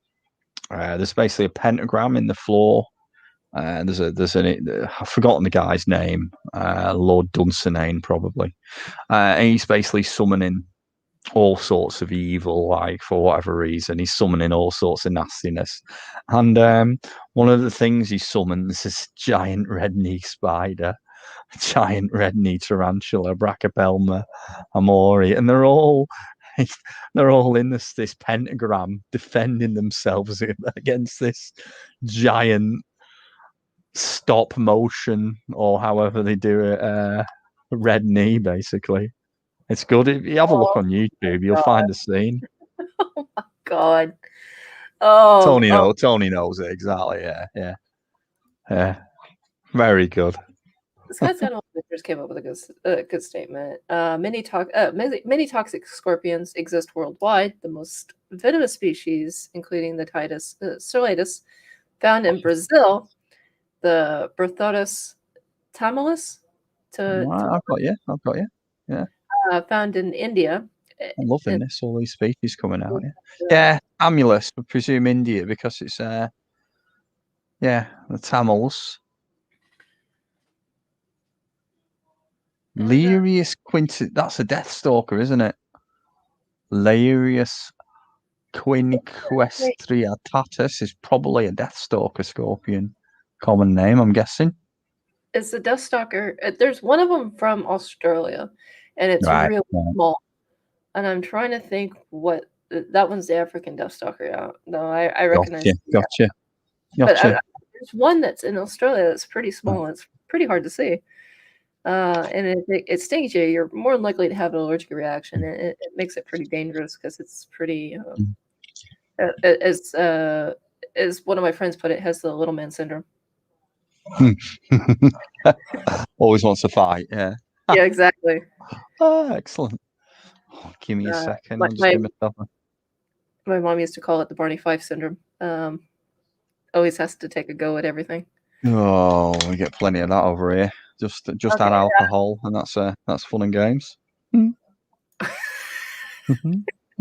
Alcohol and tempers don't mix. Just gonna put No, that not at all. No. It reminds me, ladies and gentlemen, if you're having a drink, please don't drink and drive and drink responsibly. I gotta put that clause out there every time. I work in a town called Chorley, and the tagline for the town it says Chorley, where people go for a fight. That's the tagline of the town, like the unofficial one. Quite daft, like. Where are we? Yeah, see, look at all this, all the information coming through here. Cool. Europlectase fischeri. No recorded deaths. It's basically what makes it so dangerous is the allergic reaction. I was correct on that, and it's mostly found in Northern Territory, but it doesn't tell me which species it is. I just want to, but it is fairly small. It's actually That's not the most dangerous invert, is it? The spider itself isn't the most. The scorpion isn't the most dangerous invert. That's the thing. That's the most dangerous snail. It's that flipping Australian snail, isn't it? I'm sure. Or it's the cone snail. Cone snail. Yeah. Yep. Well, it's a harpoon out, doesn't it? Yeah. Yeah. Yep. That is, and I think isn't a snail a gastropod, not an invert? Yeah, well, it still classes an invert, doesn't it? Or does it technically have a backbone? Does it have like a cuttle? No, it doesn't have that, but I think it's a gastropod. Yeah, a gastropod. Yeah, I get you. Yeah. Essentially, slug, snail, nudibranch, if you want to do that sort of stuff. Yeah. Gotcha. Yeah. It is are invertebrates. They're soft bodies, but they are also considered a false invertebrate because they have the shell. Ah, right. I get you. That's interesting. Yeah. That's mollusks. That's what I'm looking for. That's my lord. Imagine getting that. Just going for a paddle and something fires a harpoon at you, a mini harpoon. But yeah, they are one of the deadliest creatures in the world. And the best part is they can easily get into aquariums. They can easily get into flipping what in your flipping rock, live rock, and one of them. Yep. Or coral that you may I know this from experience. A friend of mine basically purchased some new coral. She was setting up. She was breeding coral to grow it and get her saltwater tank growing. And she saw something move along, and she goes, "I brought home something that shouldn't be in there." And she of course, she's experienced in keeping these beautiful aquariums. So when she says she's sticking her hand in, she's got there's a whole reason why. And she goes, "I don't know what it is. I cannot drive it out." And apparently when coral sets, you can't just pick it up and move it. It is a living animal, so at that point to let it set. And so she goes, She tried a bunch of things to try to get it to come out because she could see something moving in there, but she couldn't see My exactly. lord. And she goes, it's not like you could take this big ass tank and pull it out and then look behind there.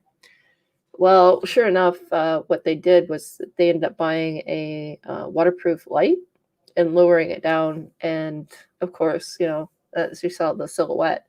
And she goes, I bet you 100% that is something that I can't. I'll have to ask somebody Mhm. to professionally remove. Mhm. And sure enough, she had to call customs because once it was confirmed what it was, she had to call these people from customs area. We have it's not really customs. It's kind of like a government body that, when Yeah. an animal gets brought in illegally or by mistake, they Mhm. come and collect the animal because nobody's found at fault for that pretty much. And of course, they had to go and collect this animal, and sure enough, it was cone snail. My She goes, lord. Yeah. not that anywhere near my population. And then she was worried about eggs. She was worried about because these things can lay up to apparently lay up a lot of eggs if it Yeah. was a female, and they can actually go from male to female and vice Yeah, versa. they can, Apparently can't they? Yeah. So, Apparently they could switch sexes. I don't quote me on any of that. I'm just doing it by hearsay from her. hermaphrodite. Yeah. So yeah, it was just like no, she's definitely. She goes, you can imagine, I go in there and not see that, and I start go around planting stuff, setting up the aquarium a little bit Mhm. more, and then she goes, I put fish in there. One day I just happened to be cleaning and missed it all and get hit by that. Doof. Yeah, There's no, aquarium local to me, Blackpool Tower Aquarium. It's just over the estuary from me. They were having problems in their reef tank. They were having problems with fish disappearing, and it turns out what they had in it in the rock was it's a bobbit worm. It's called a Yep. bobbit worm, and it's this horrible fish-eating prehistoric more with a body. They look crazy. Those things, these massive claws, these It looks like it looks like something that has eaten a like unicorn. endgame boss from like Dark Souls or something like that. They look evil. They're just the big teeth, aren't they? It's just not teeth. They're just the big jaw, laying weight. And apparently, there's all sorts of these that irritating body. I think they had to poison the thing to get it out. Basically, Yeah, no, it's it just devastated the reef display they had. So I love bobbit worms. and the thing is they're so small when they start out, so it's Yeah, easy that's to get. exactly what happened. Yeah, and it's turned into this. Yeah, wow. Yeah, so that's Animal Adventures brought up. So we can move on to Miss Legends and misunderstandings. Yeah. Daddy Long is the deadliest and deadliest. Here's the thing: is what I always heard was Daddy Longlegs was the deadliest spider ever. They just didn't Yeah. have the They thing just is didn't not a bite it. spider for one. They're a false spider. Yeah. Two, they do have venom, but Yeah. it's very, very minute, even for an invertebrate. See, this is the. So I This. don't even know where that got started. So let's have a look. This is the UK and US divide we've got here. Yeah. So basically, in the UK, a daddy long legs is either a crane fly, or we actually rarely call the daddy long legs. There is the daddy long legs spider, which is the one, the cellar spider, flagellus. Basically you find it in a cellar. It's the long-legged one which eats other spiders. We hardly ever call them daddy long legs. We actually call the flies daddy long legs. And then you've got the harvestmen, which are the giant mites, essentially, aren't they? With long-legged mites. So. That's exactly what they are. They're long-legged mites. Yeah. Just an overgrown mite with they're ace. That's basically it. and it's really interesting. Opiliones. I think they're Opiliones or something as a family or something like that. You used to actually get them in the hobby. Madagascan Malaysian ones, which are like they essentially almost had like a wolf's head on them, something like that. Oh, Yeah, they're very interesting. A pitch black head, like a deep black, and it's basically it's to scare off predators. They flash this appearance of this like raging small wolf's head. However it gives an impression. You used to get some strange things in the hobby, really. Large velvet mites you used to be able to get as well. I think they did quite well in captivity, from what I remember as well. but I don't- it's just weird. So, question. Mhm. What other misconceptions can you think of? Other than, because as you're going to go on a tangent about the velvet mites are really nice and all that, but I wanted to stay on tact with the misconception. Yeah, what have we got? Misconceptions. Tarantulas. Deadly Was it- tarantulas is the biggest one I can think Yeah, tarantulas are deadly kind of thing. Tarantula's a wolf spider, isn't it? Really, if you wanted to be specific, it's the Lycosa tarantella, which is They're- the tarantula. They're just they're actually a true spider. Yeah, They're basically the dinosaurs. They're what the smooth spiders are from, literally. Oh yeah, They- yeah. Oh, no, Smooth yeah. spiders have evolved from these guys, and Yeah. it's just it's amazing to me. But the thing is, I still get a kick out of it. Are tarantulas poisonous? No, they are not. I still get a kick out That's the one. Yeah.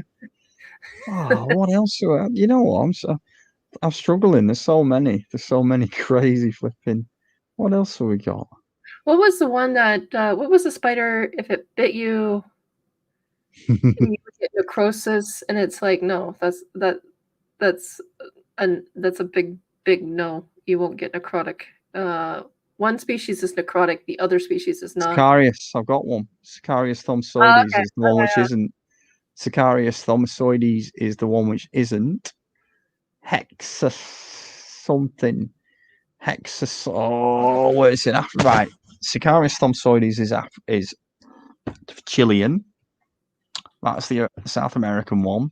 The African one is the bad one. Hexus something. Basically, it's not. False Widow's another one. We have that as well over here. Courtesy of Sun newspaper. Spiders, but they're also nicknamed the False Widow. That's thingy. That's the Sun newspaper has done that one. Yeah. Invasion of the spiders. But it's not just spiders. We can also get into other species. Because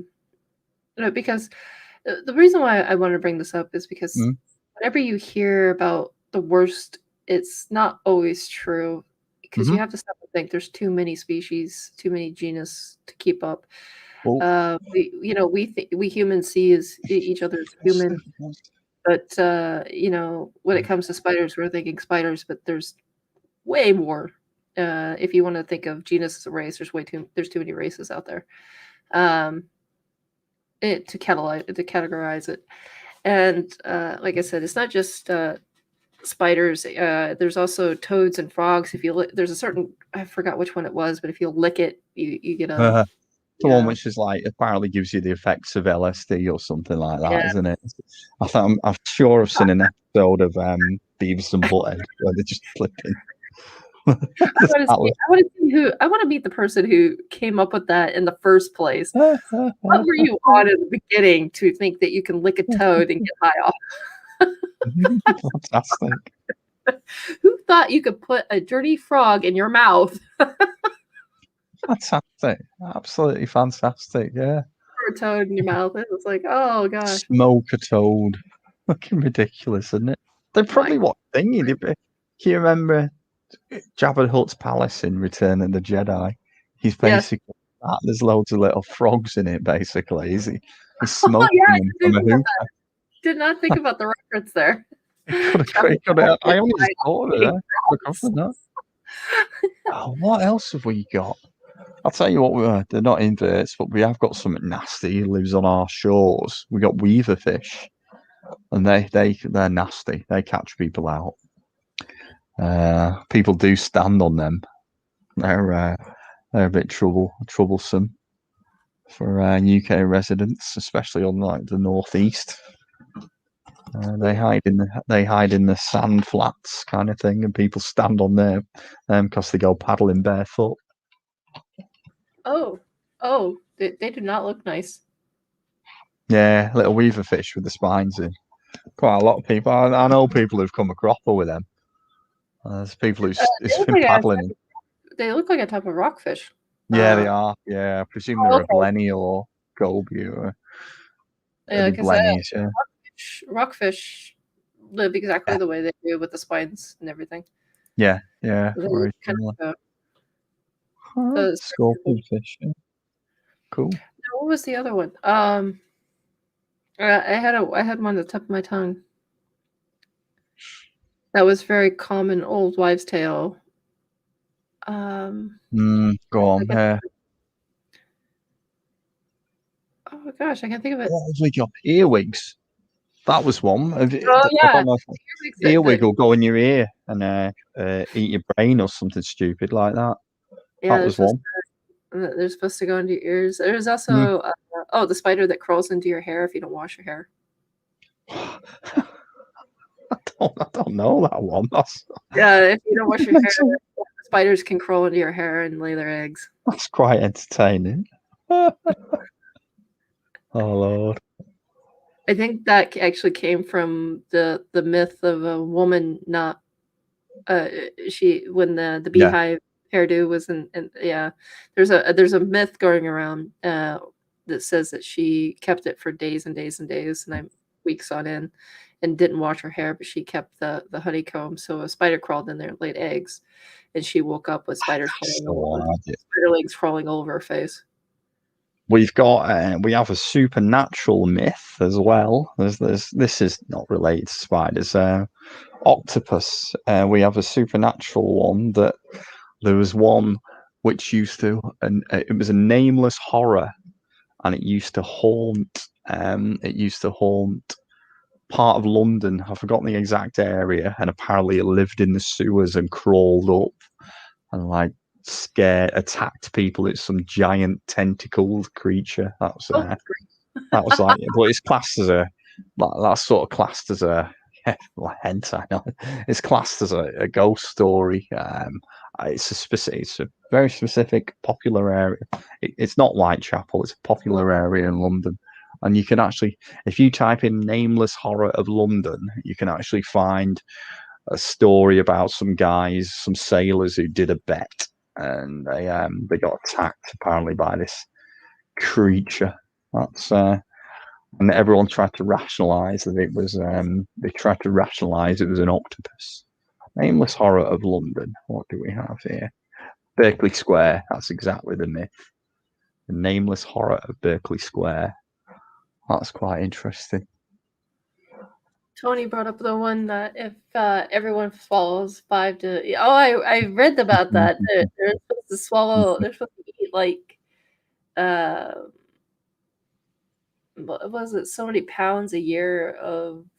It wasn't just spiders. It was like invertebrates, bugs. All sorts, yeah. In their sleep. And that was like the most disgusting thing. And then you're starting to think rationally, why in the world are they around your mouth? These animals live to get away from vibrations. Oh, cool. Ben's pets. Hi, Ben.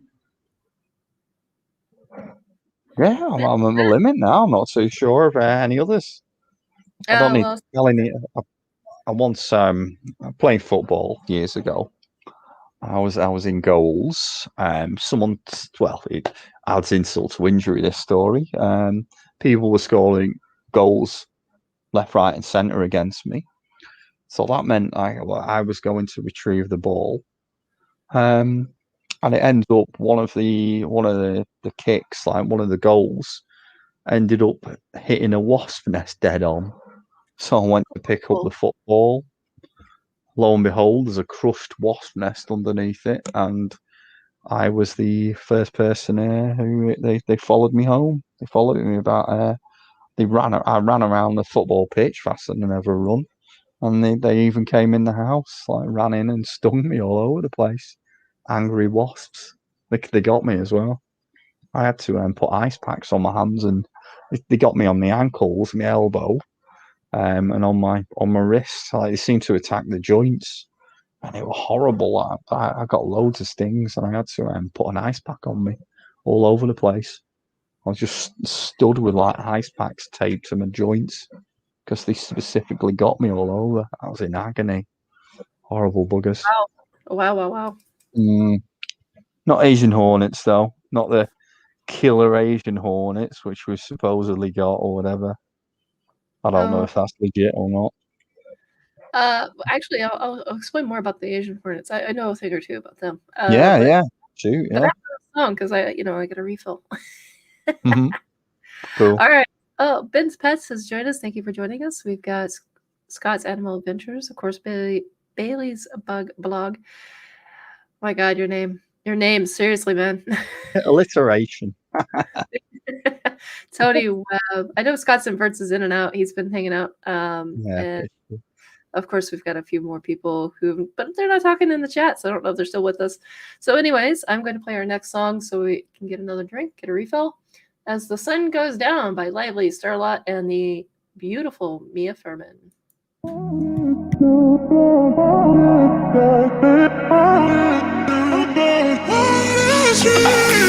A million people in the crowd, but I only see your face in all the lights. And as the bass keep pounding on me, baby, I really wanna make you mine. I don't really care about love. I don't really care about happy ever after. Something about you gives me hope. Something about you, yeah. When the sun goes down and the night sky's falling, do you believe in one-time lovers? 'Cause deep inside of my wildest dreams, you'll be by my side. When the sun goes down.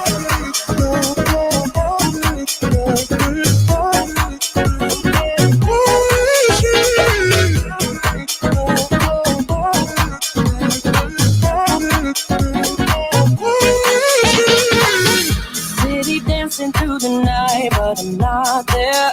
You've got me soaring in the clouds. And as the ocean is surrounding me, baby, I'm sure we lost track of time.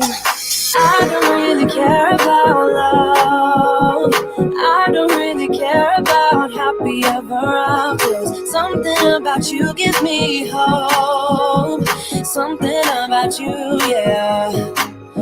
When the sun goes down and the night sky's falling, do you believe in one-time lovers? 'Cause deep inside of my wildest dreams, you'll be by my side. When the sun goes down.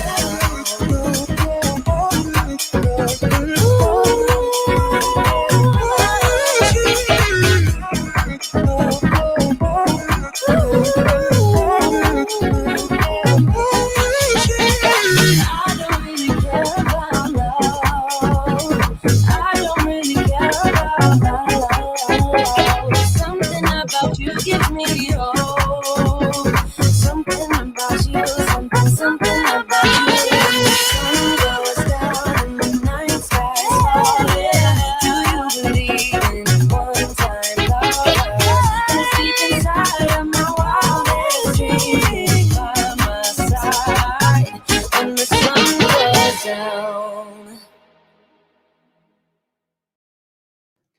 And welcome back, everybody. I hope everybody had a good break. I see Scott's Inverts has jumped right back in. So I asked about the quality on the headphones or music, anyways, because the quality on my side sounds a little off, and I don't know what's going on with it. I don't know how to really fix it. It's bugging me. But then I also have to worry about the compression later. So. Starting next month, I will not be uploading the lives. You have to be here for the lives. What I'm going to be doing is uploading the recordings with the editing and all that, so it doesn't get compressed and the quality sounds much better. Because apparently the quality sounds really good when you're live, but then when you go to save it on YouTube, YouTube compresses it through the system that I'm using right now. And yeah, it sounds a bit off when you go to play it a bit later. Who's requested the disco house sort of stuff? It's quite good, that, isn't it? Yeah. I used to love stuff like that, going out to that kind of like vocal house music. I'm a big fan of all that. In the 90s, especially. Yeah. Yeah, no, I wanted something to because I was a little bit worried about lyrics. When you use lyrics, it opens the door for more people to be Copyright, isn't it? Yeah. They own a line or whatever. Yeah.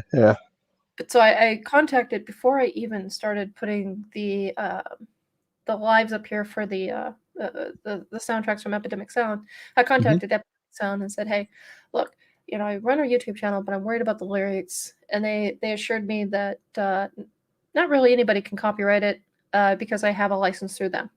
Yeah, cool. Of course, if I let the license run out, then I'm going to have to take everything down, and I'll have to, either get another subscription, re-up my subscription, or I'm going to have to just delete all of my files and then find another place.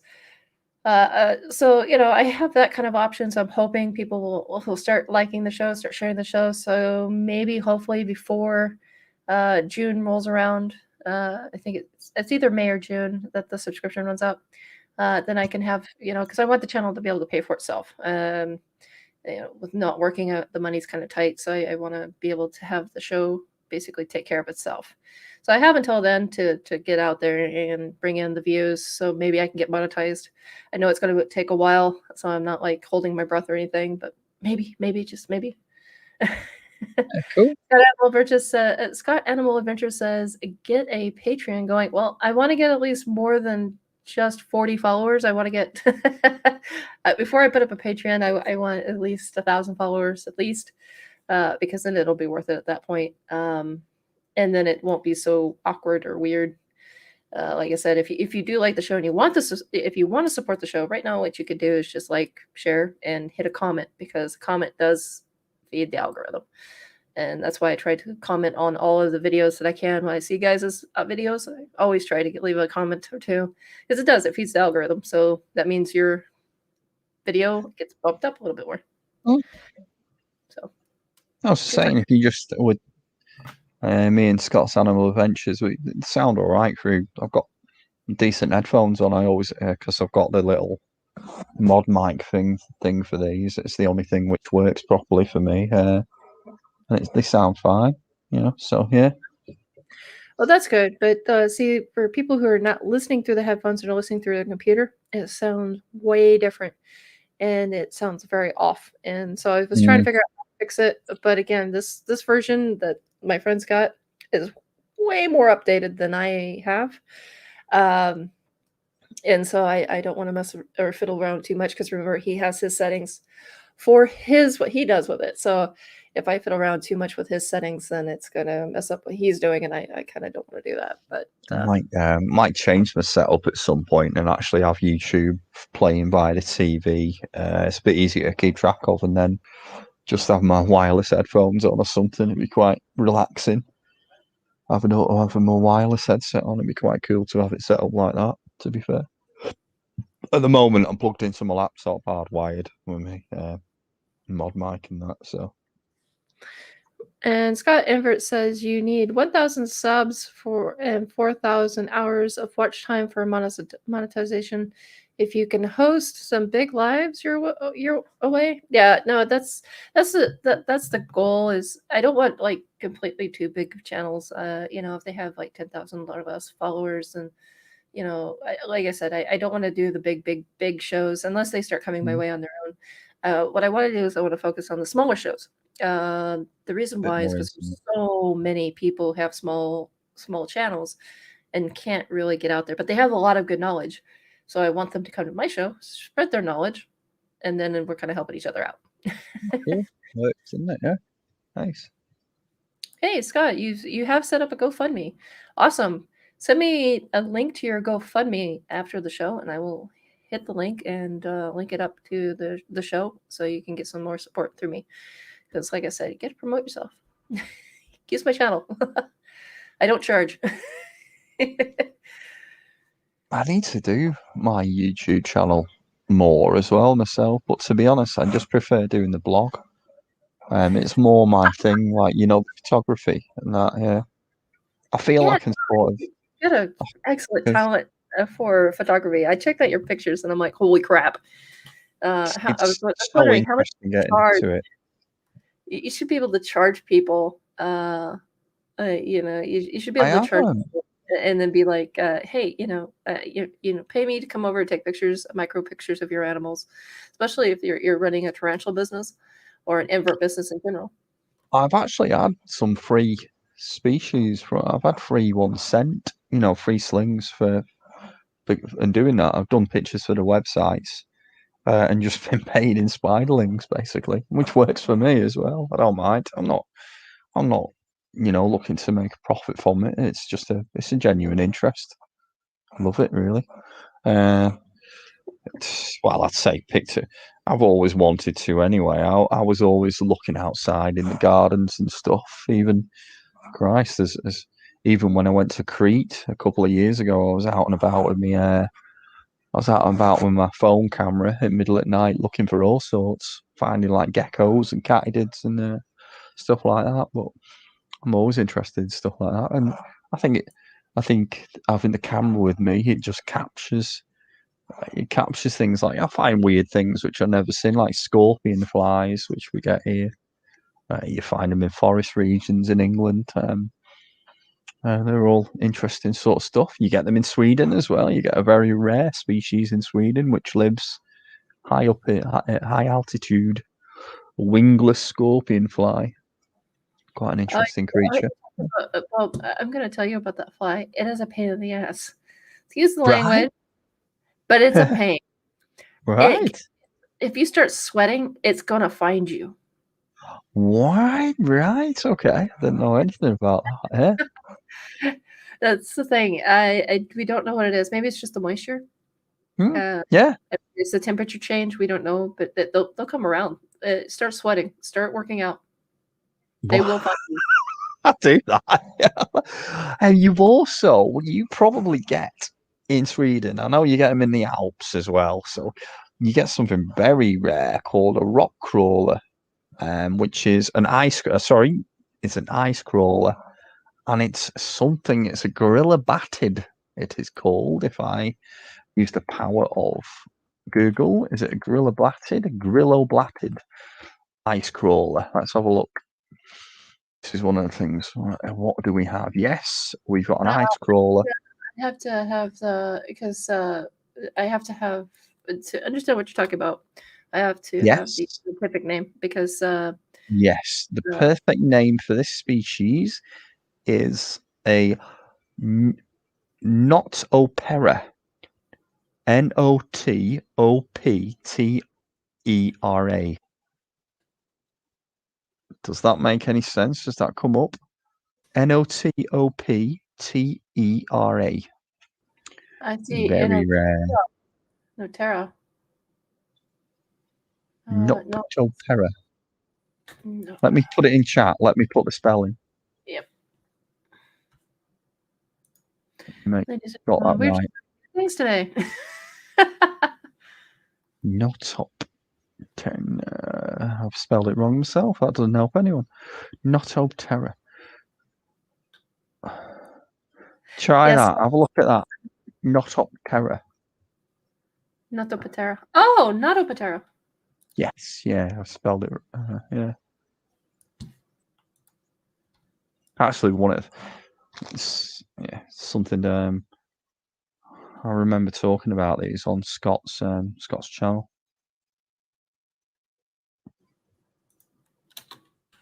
These are these kind of things here, which we've got these Notoptera. When you think you've sort of. I don't think we have them here in Sweden. I don't. Right, I think the Swiss then. I think they're in the Alps and stuff like that.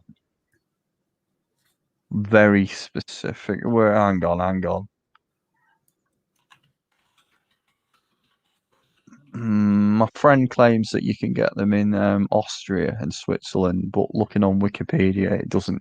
They're not part of the range. Tapanicius, Santa St. Vincent's Tree Spine. It's basically in Torsby. I was trying to figure out exactly where you would find them, but they're in Torsby. Torsby? What's that? What? Torsby is a place in Sweden. It's basically when it's warm, June, Sweden, relatively good flyer and curious snout and mandibles at the end. Yeah, no, I get it. Yeah, the snow flea. Yeah, I'm trying to. That's the other creature. Yeah. Yeah, it's the it is a Panoropide. Panoropidae. It might be Padae. It's PAE at the end, or DAE. Oh, is that the mantid Topidae? There's 3 species. Yes, but it's there's 3 species in Sweden. Gotcha. And of course, they like live, dead insects, rotting plants, flower nectar, basically anything that they can get their little mandibles around. And yes, when you do sweat, they come and they will find you. They will hunt you down. They don't really bite or anything that I've found. Found particularly bad, but it's just like they do swarm you, and you're like, really, why? Crazy. You get them in Yorkshire in the Lake Districts. Here, you do encounter them, but you're at the higher altitudes. Yorkshire Dales, Lancashire Pennines near me, and the Lake District as well. And then obviously Scotland, you start getting towards the Cairngorms. You can find them there. Interesting. That's some strange. Mom says that she's gonna have to cover her virgin ears apparently because of my cursing. Somebody born in 1978, I guarantee, doesn't have virgin ears. Nope. She's just jealous I don't have kids, so I can say whatever I want. Love you, Spider Mom. I don't have to worry about what I say.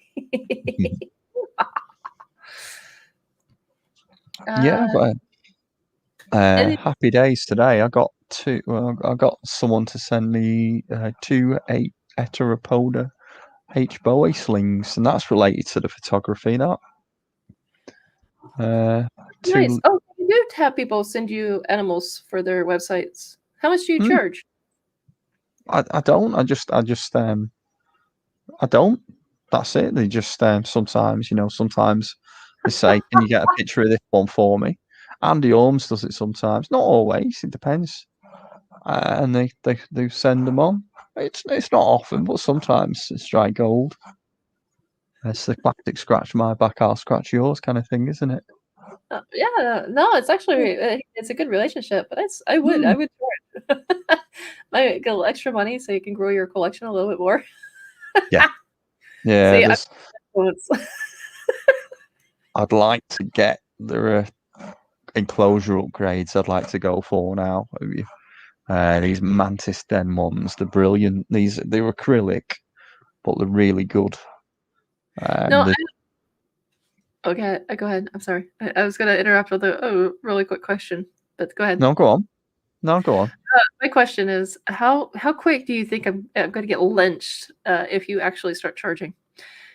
Because I noticed a lot of people in the chat, they know you, and I'm certain that some of the people in the UK have sent you animals to take pictures to help with their with their own advertisements, with their own blogs.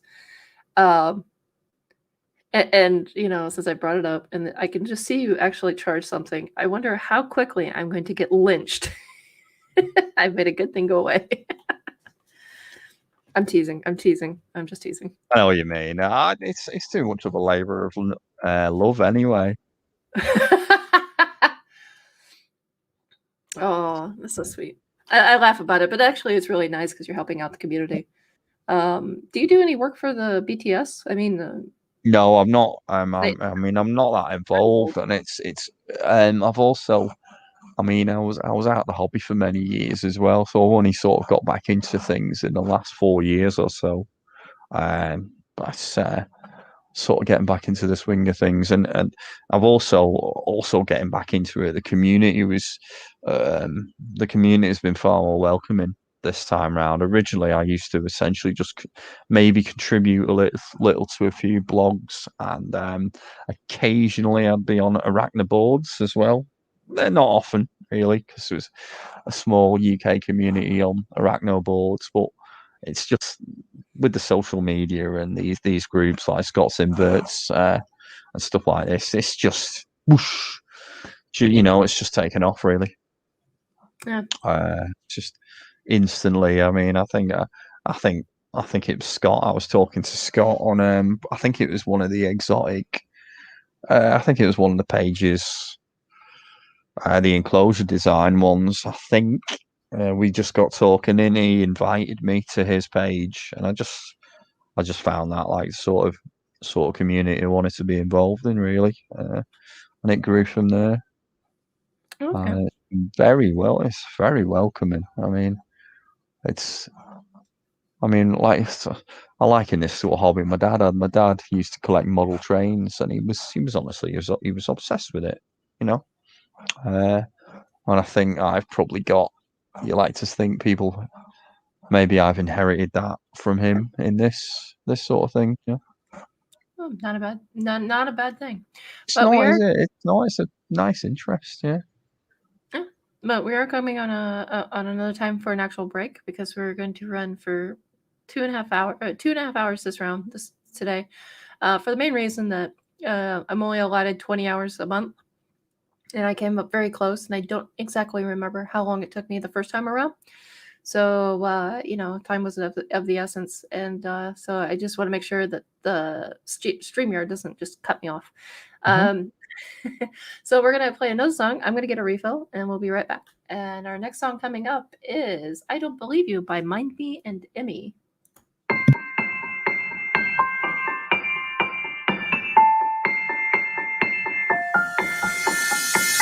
I don't need no one to say you're complicated, 'cause I knew from the start this might be overrated. It's so typical, you wanna give it one more try, even though if your mind is telling you it's all a lie. Oh, I gotta wake up, this might be a breakup, 'cause I don't believe you when you say that you miss me. 'Cause where are your actions to prove me you're different? When I say I need you and you head the direction that's leading away from me, baby.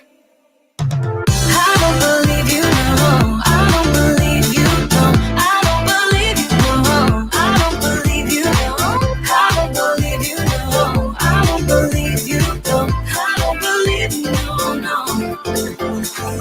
One thing I love about you is your dedication. It got me dreaming at the station. On my way home, oh, I gotta wake up, this might be a breakup, 'cause I don't believe you when you say that you miss me. 'Cause where are your actions to prove me you're different? When I say I need you and you head the direction that's leading away from me, baby. I don't believe you, no, I don't believe you, no, I don't believe you, no, I don't believe you, no, I don't believe you, no, I don't believe you, no, I don't believe you, no.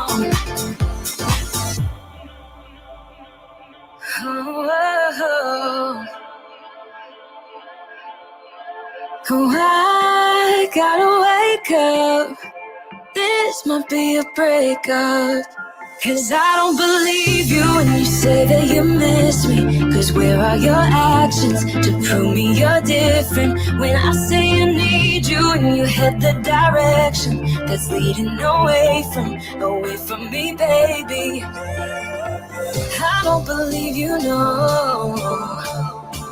I don't believe you, no, no. I don't believe you, no.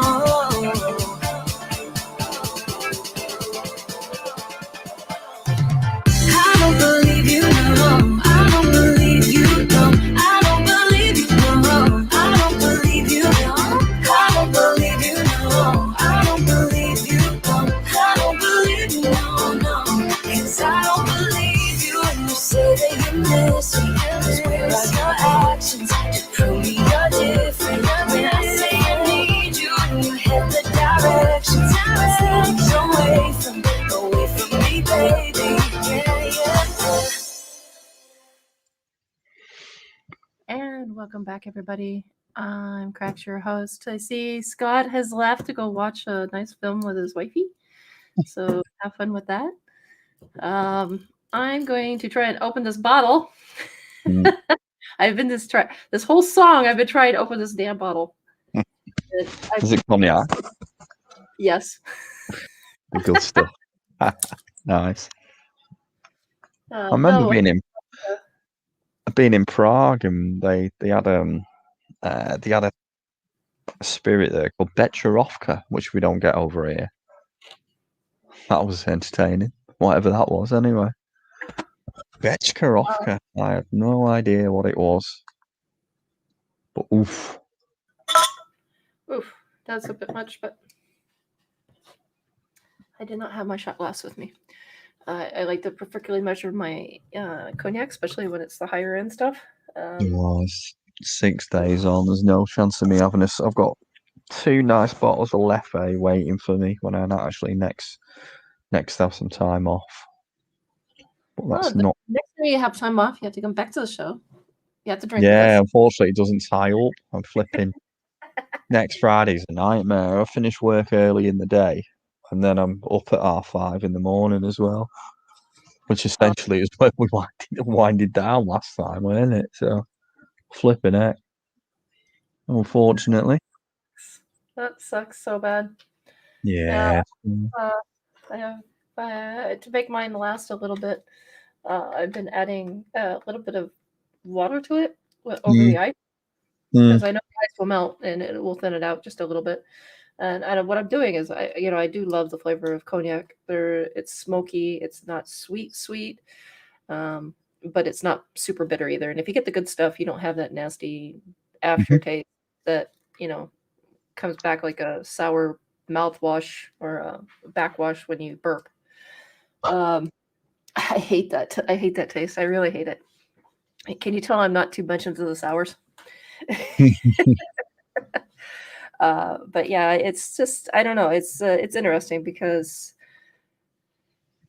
yeah, that's why I can't do all whiskeys. I like certain whiskeys, and that's I have to stick Yeah, to I was about to say that actually. Yeah. because most whiskeys are sour. Yeah, I used to work at quite a lot of events in Scotland, and we essentially obviously a lot of the same people work at these same shows and same festivals and that. And it was we always used to work at the same places as a guy who ran a whiskey tent, and we'd see him about 3 times a year. We'd start in Dumfries and we'd essentially end up in Inverness. And we used to trade food vouchers, the staff set up crew vouchers for shots of whiskey with him on like a Saturday night. And he was yeah, well, this guy was employed like to know his whiskies as well, and he was brilliant. He was we used to have tastes with him all the time. Like you get plenty of freebies off him because he just wanted to have someone to drink with it at like 12 o'clock at night kind of thing after these events have winded down. And he used to give us all sorts. Cragalarchy was one he used to call it. He said you had to say it right as well. Cragalarchy. Crackalacky, that was it. You have to say it right. Yeah, you have to say it like that. And he was he always used to give us that, and he used to say like, it's up to you. He says, don't be a snob about it. If you want to have it with water, have it with water. If you want to have it with ice, have it with ice. It's just to make sure you drink it fast enough to enjoy the taste, that kind of thing. And we used to love it. We used to make all sorts of strange cocktails with it. Whiskey and ginger beer was a big thing, and it was very nice as well. All sorts, or Orkencarn, yeah. He used to say, "Don't have any Glenmorangie." He said that was the rubbish stuff, but everything else was all right. If I haven't heard of it and somebody says it's rubbish, then I'm inclined to believe it. Glenmorangie he said it was rubbish. It's essentially like Coca-Cola of whiskey, if that makes sense. Yeah. Oh, that sounds bad. That does not sound good. Scott's Animal Adventure says, guys, my Hoffman Why is that not showing up on my chat? Still have hope. One of the girls is actually a smaller male, and Just refreshing this. Europods are getting bigger, so still a chance of breeding. Congratulations. I hope so too. I hope the best on that one, because that'd be fun. Scott might be a grandpa, a dad. Mm-hmm. I don't know. See, I'm a spider mom. You know, I have a spider mom, and I'm a cat mom, but I'm a tarantula grandma. It didn't chat because I didn't have all chat on. It didn't come up because he was all in caps. I must have filtered it. Stupid thing. Yeah, cool. Okay. Just have it. Ben's mentioned something here, which is quite cool as well. After lockdown, I need to go to Kent and find some Euscorpius flavicordus, which is I think it's yellowtail one, is it? Well, it's basically the Isle of Sheppey in Kent has a small established population of Euscorpions. Oh, really? Yeah. That's actually pretty cool. Yeah, essentially came on the ships. I think they've been established since the 1700s, if I remember right. Oh, wow. Sounds nice. Oh, what's that? Yeah, the yellow-legged scorpion, he says. Yeah. Nice. And we have one of the spiders which got introduced in our country, and you'll find them on the Facebook, not place. You find them on Facebook all the time. People discover them. It's what's it called? Oh, this is the tube web, Segestra fiorentina, which came from Italy, I presume. Like the Segestria fiorentina tube web spider. That's introduced as well. That's non-native. They have like tinges to they have like a tinge to them, and like I think it's like a green tinge to their fangs when you look at them. You find them mainly down south in walls, old stone walls and stuff. They're big as well, and they'll give you a bite. I don't know if the trees are on my gal. Gestra fiorentina. Okay. Gestria fiorentina. Florentina, not Fiorentina. The biggest. Yeah. That's what I got. Right one of these times. The biggest European segestrid spider. Yes, I get you. That's the one. All right. So we are coming up on the 29th minute, 2 hours and 29 minutes. So we're going to cut it up at 2 hours and 30 minutes. Is there anything you'd like to say about your channel? Promote yourself a little bit. Thank everybody for being here, kind of thing. Yeah, absolutely. I love this. I love this. Nice. I enjoy chatting to everyone. I like it. The fact that we get some feedback. Thanks for having me on. Thanks for getting involved with me as well. Absolutely. Basically, just ideally, just follow me on Bailey's Bug Blog on Facebook. That is my main one. You'll see some pictures there, and I give a brief rundown of the species I keep. I'm also one of the admins on Invert Pets Worldwide, along with Ben and Ben's Pets and Scott Tasker. That's another nice. That's another friendly community there. If you wanted to have a look at that on Facebook, that's it basically. Nice chatting to you all, and I hope you enjoy. I hope you're all well and enjoy your keeping. Yeah, I want to say thank you everybody for being here. We have Spider Mom, Ben's Pets, Scott's Animal Adventures. We had Flo. We have Ben's Pets. I think I just said Ben's Pets. Scott's Inverts has stepped away. We have Ophi's Spider-Verse, who has a wonderful cause that they're trying to start up. So hopefully more on that in the future, and then have them on to give more information about that. Flo the Funnel and friends. Thank you again for being here. I appreciate it.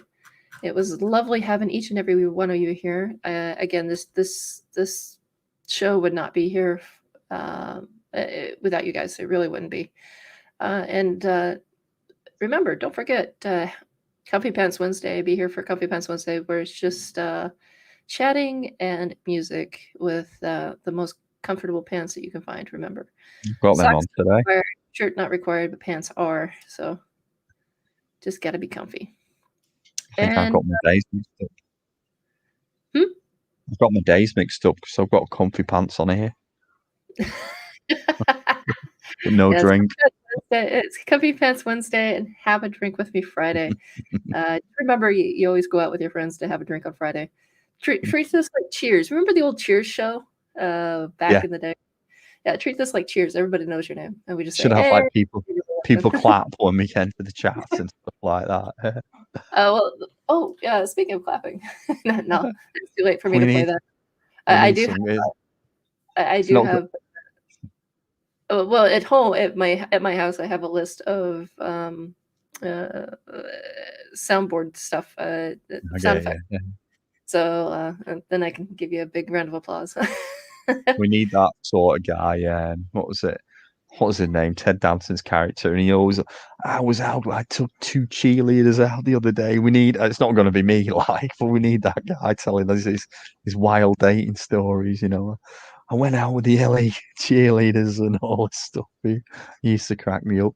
What was his name? Ted Danson's character. I've forgotten. I forgot the name of it. Oh, there was Woody as well, weren't there? Yeah. But I just wanted to say thank you guys for being here. Scott Animal Adventures says, really quick, favorite megalomorph. What's your favorite megalomorph? Zoom, I've got that right. Trapdoor spider, Lephiscius trapdoor. I think that's, if that is right, is there an actual megalomorph as well? I thought you meant megalomorph. Yeah, so. Okay. All right. Well, now we're going to leave with one more song as everybody exits, and that is Best of the Bad Thing by Wakehap, and again, the lovely Mia Furman.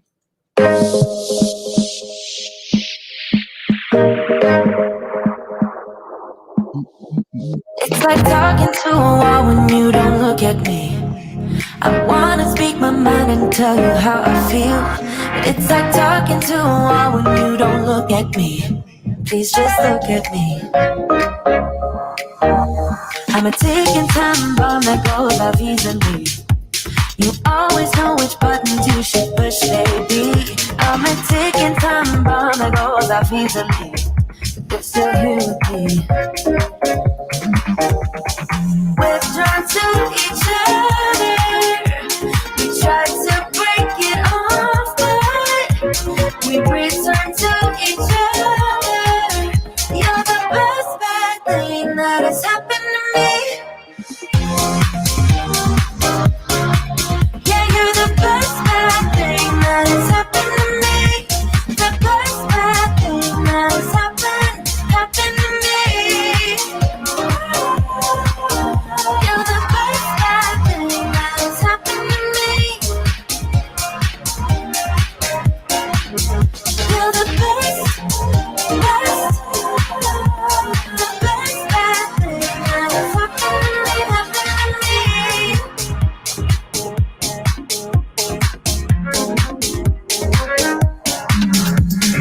Opposites attract, I guess they're right, 'cause we are just like night and day, and that is fine by me. 'Cause I wouldn't wanna change a single thing, baby. If I perfect to me, perfect to me. We're drawn to each other. Try to break it off, but return to each other. You're the best bad thing that has happened to me. You drive me so mad too easily.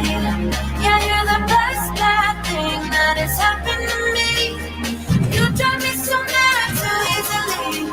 Yeah, you're the best bad thing that has happened to me.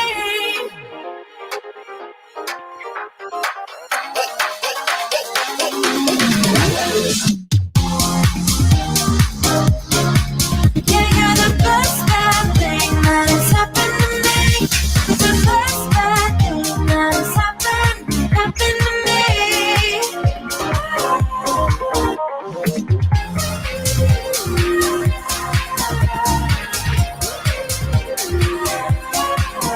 You're the best, best, the best bad thing that has happened to me.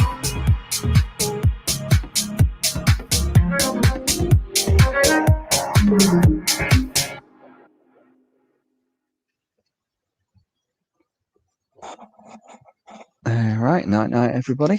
Have fun. Night night. Hey, all.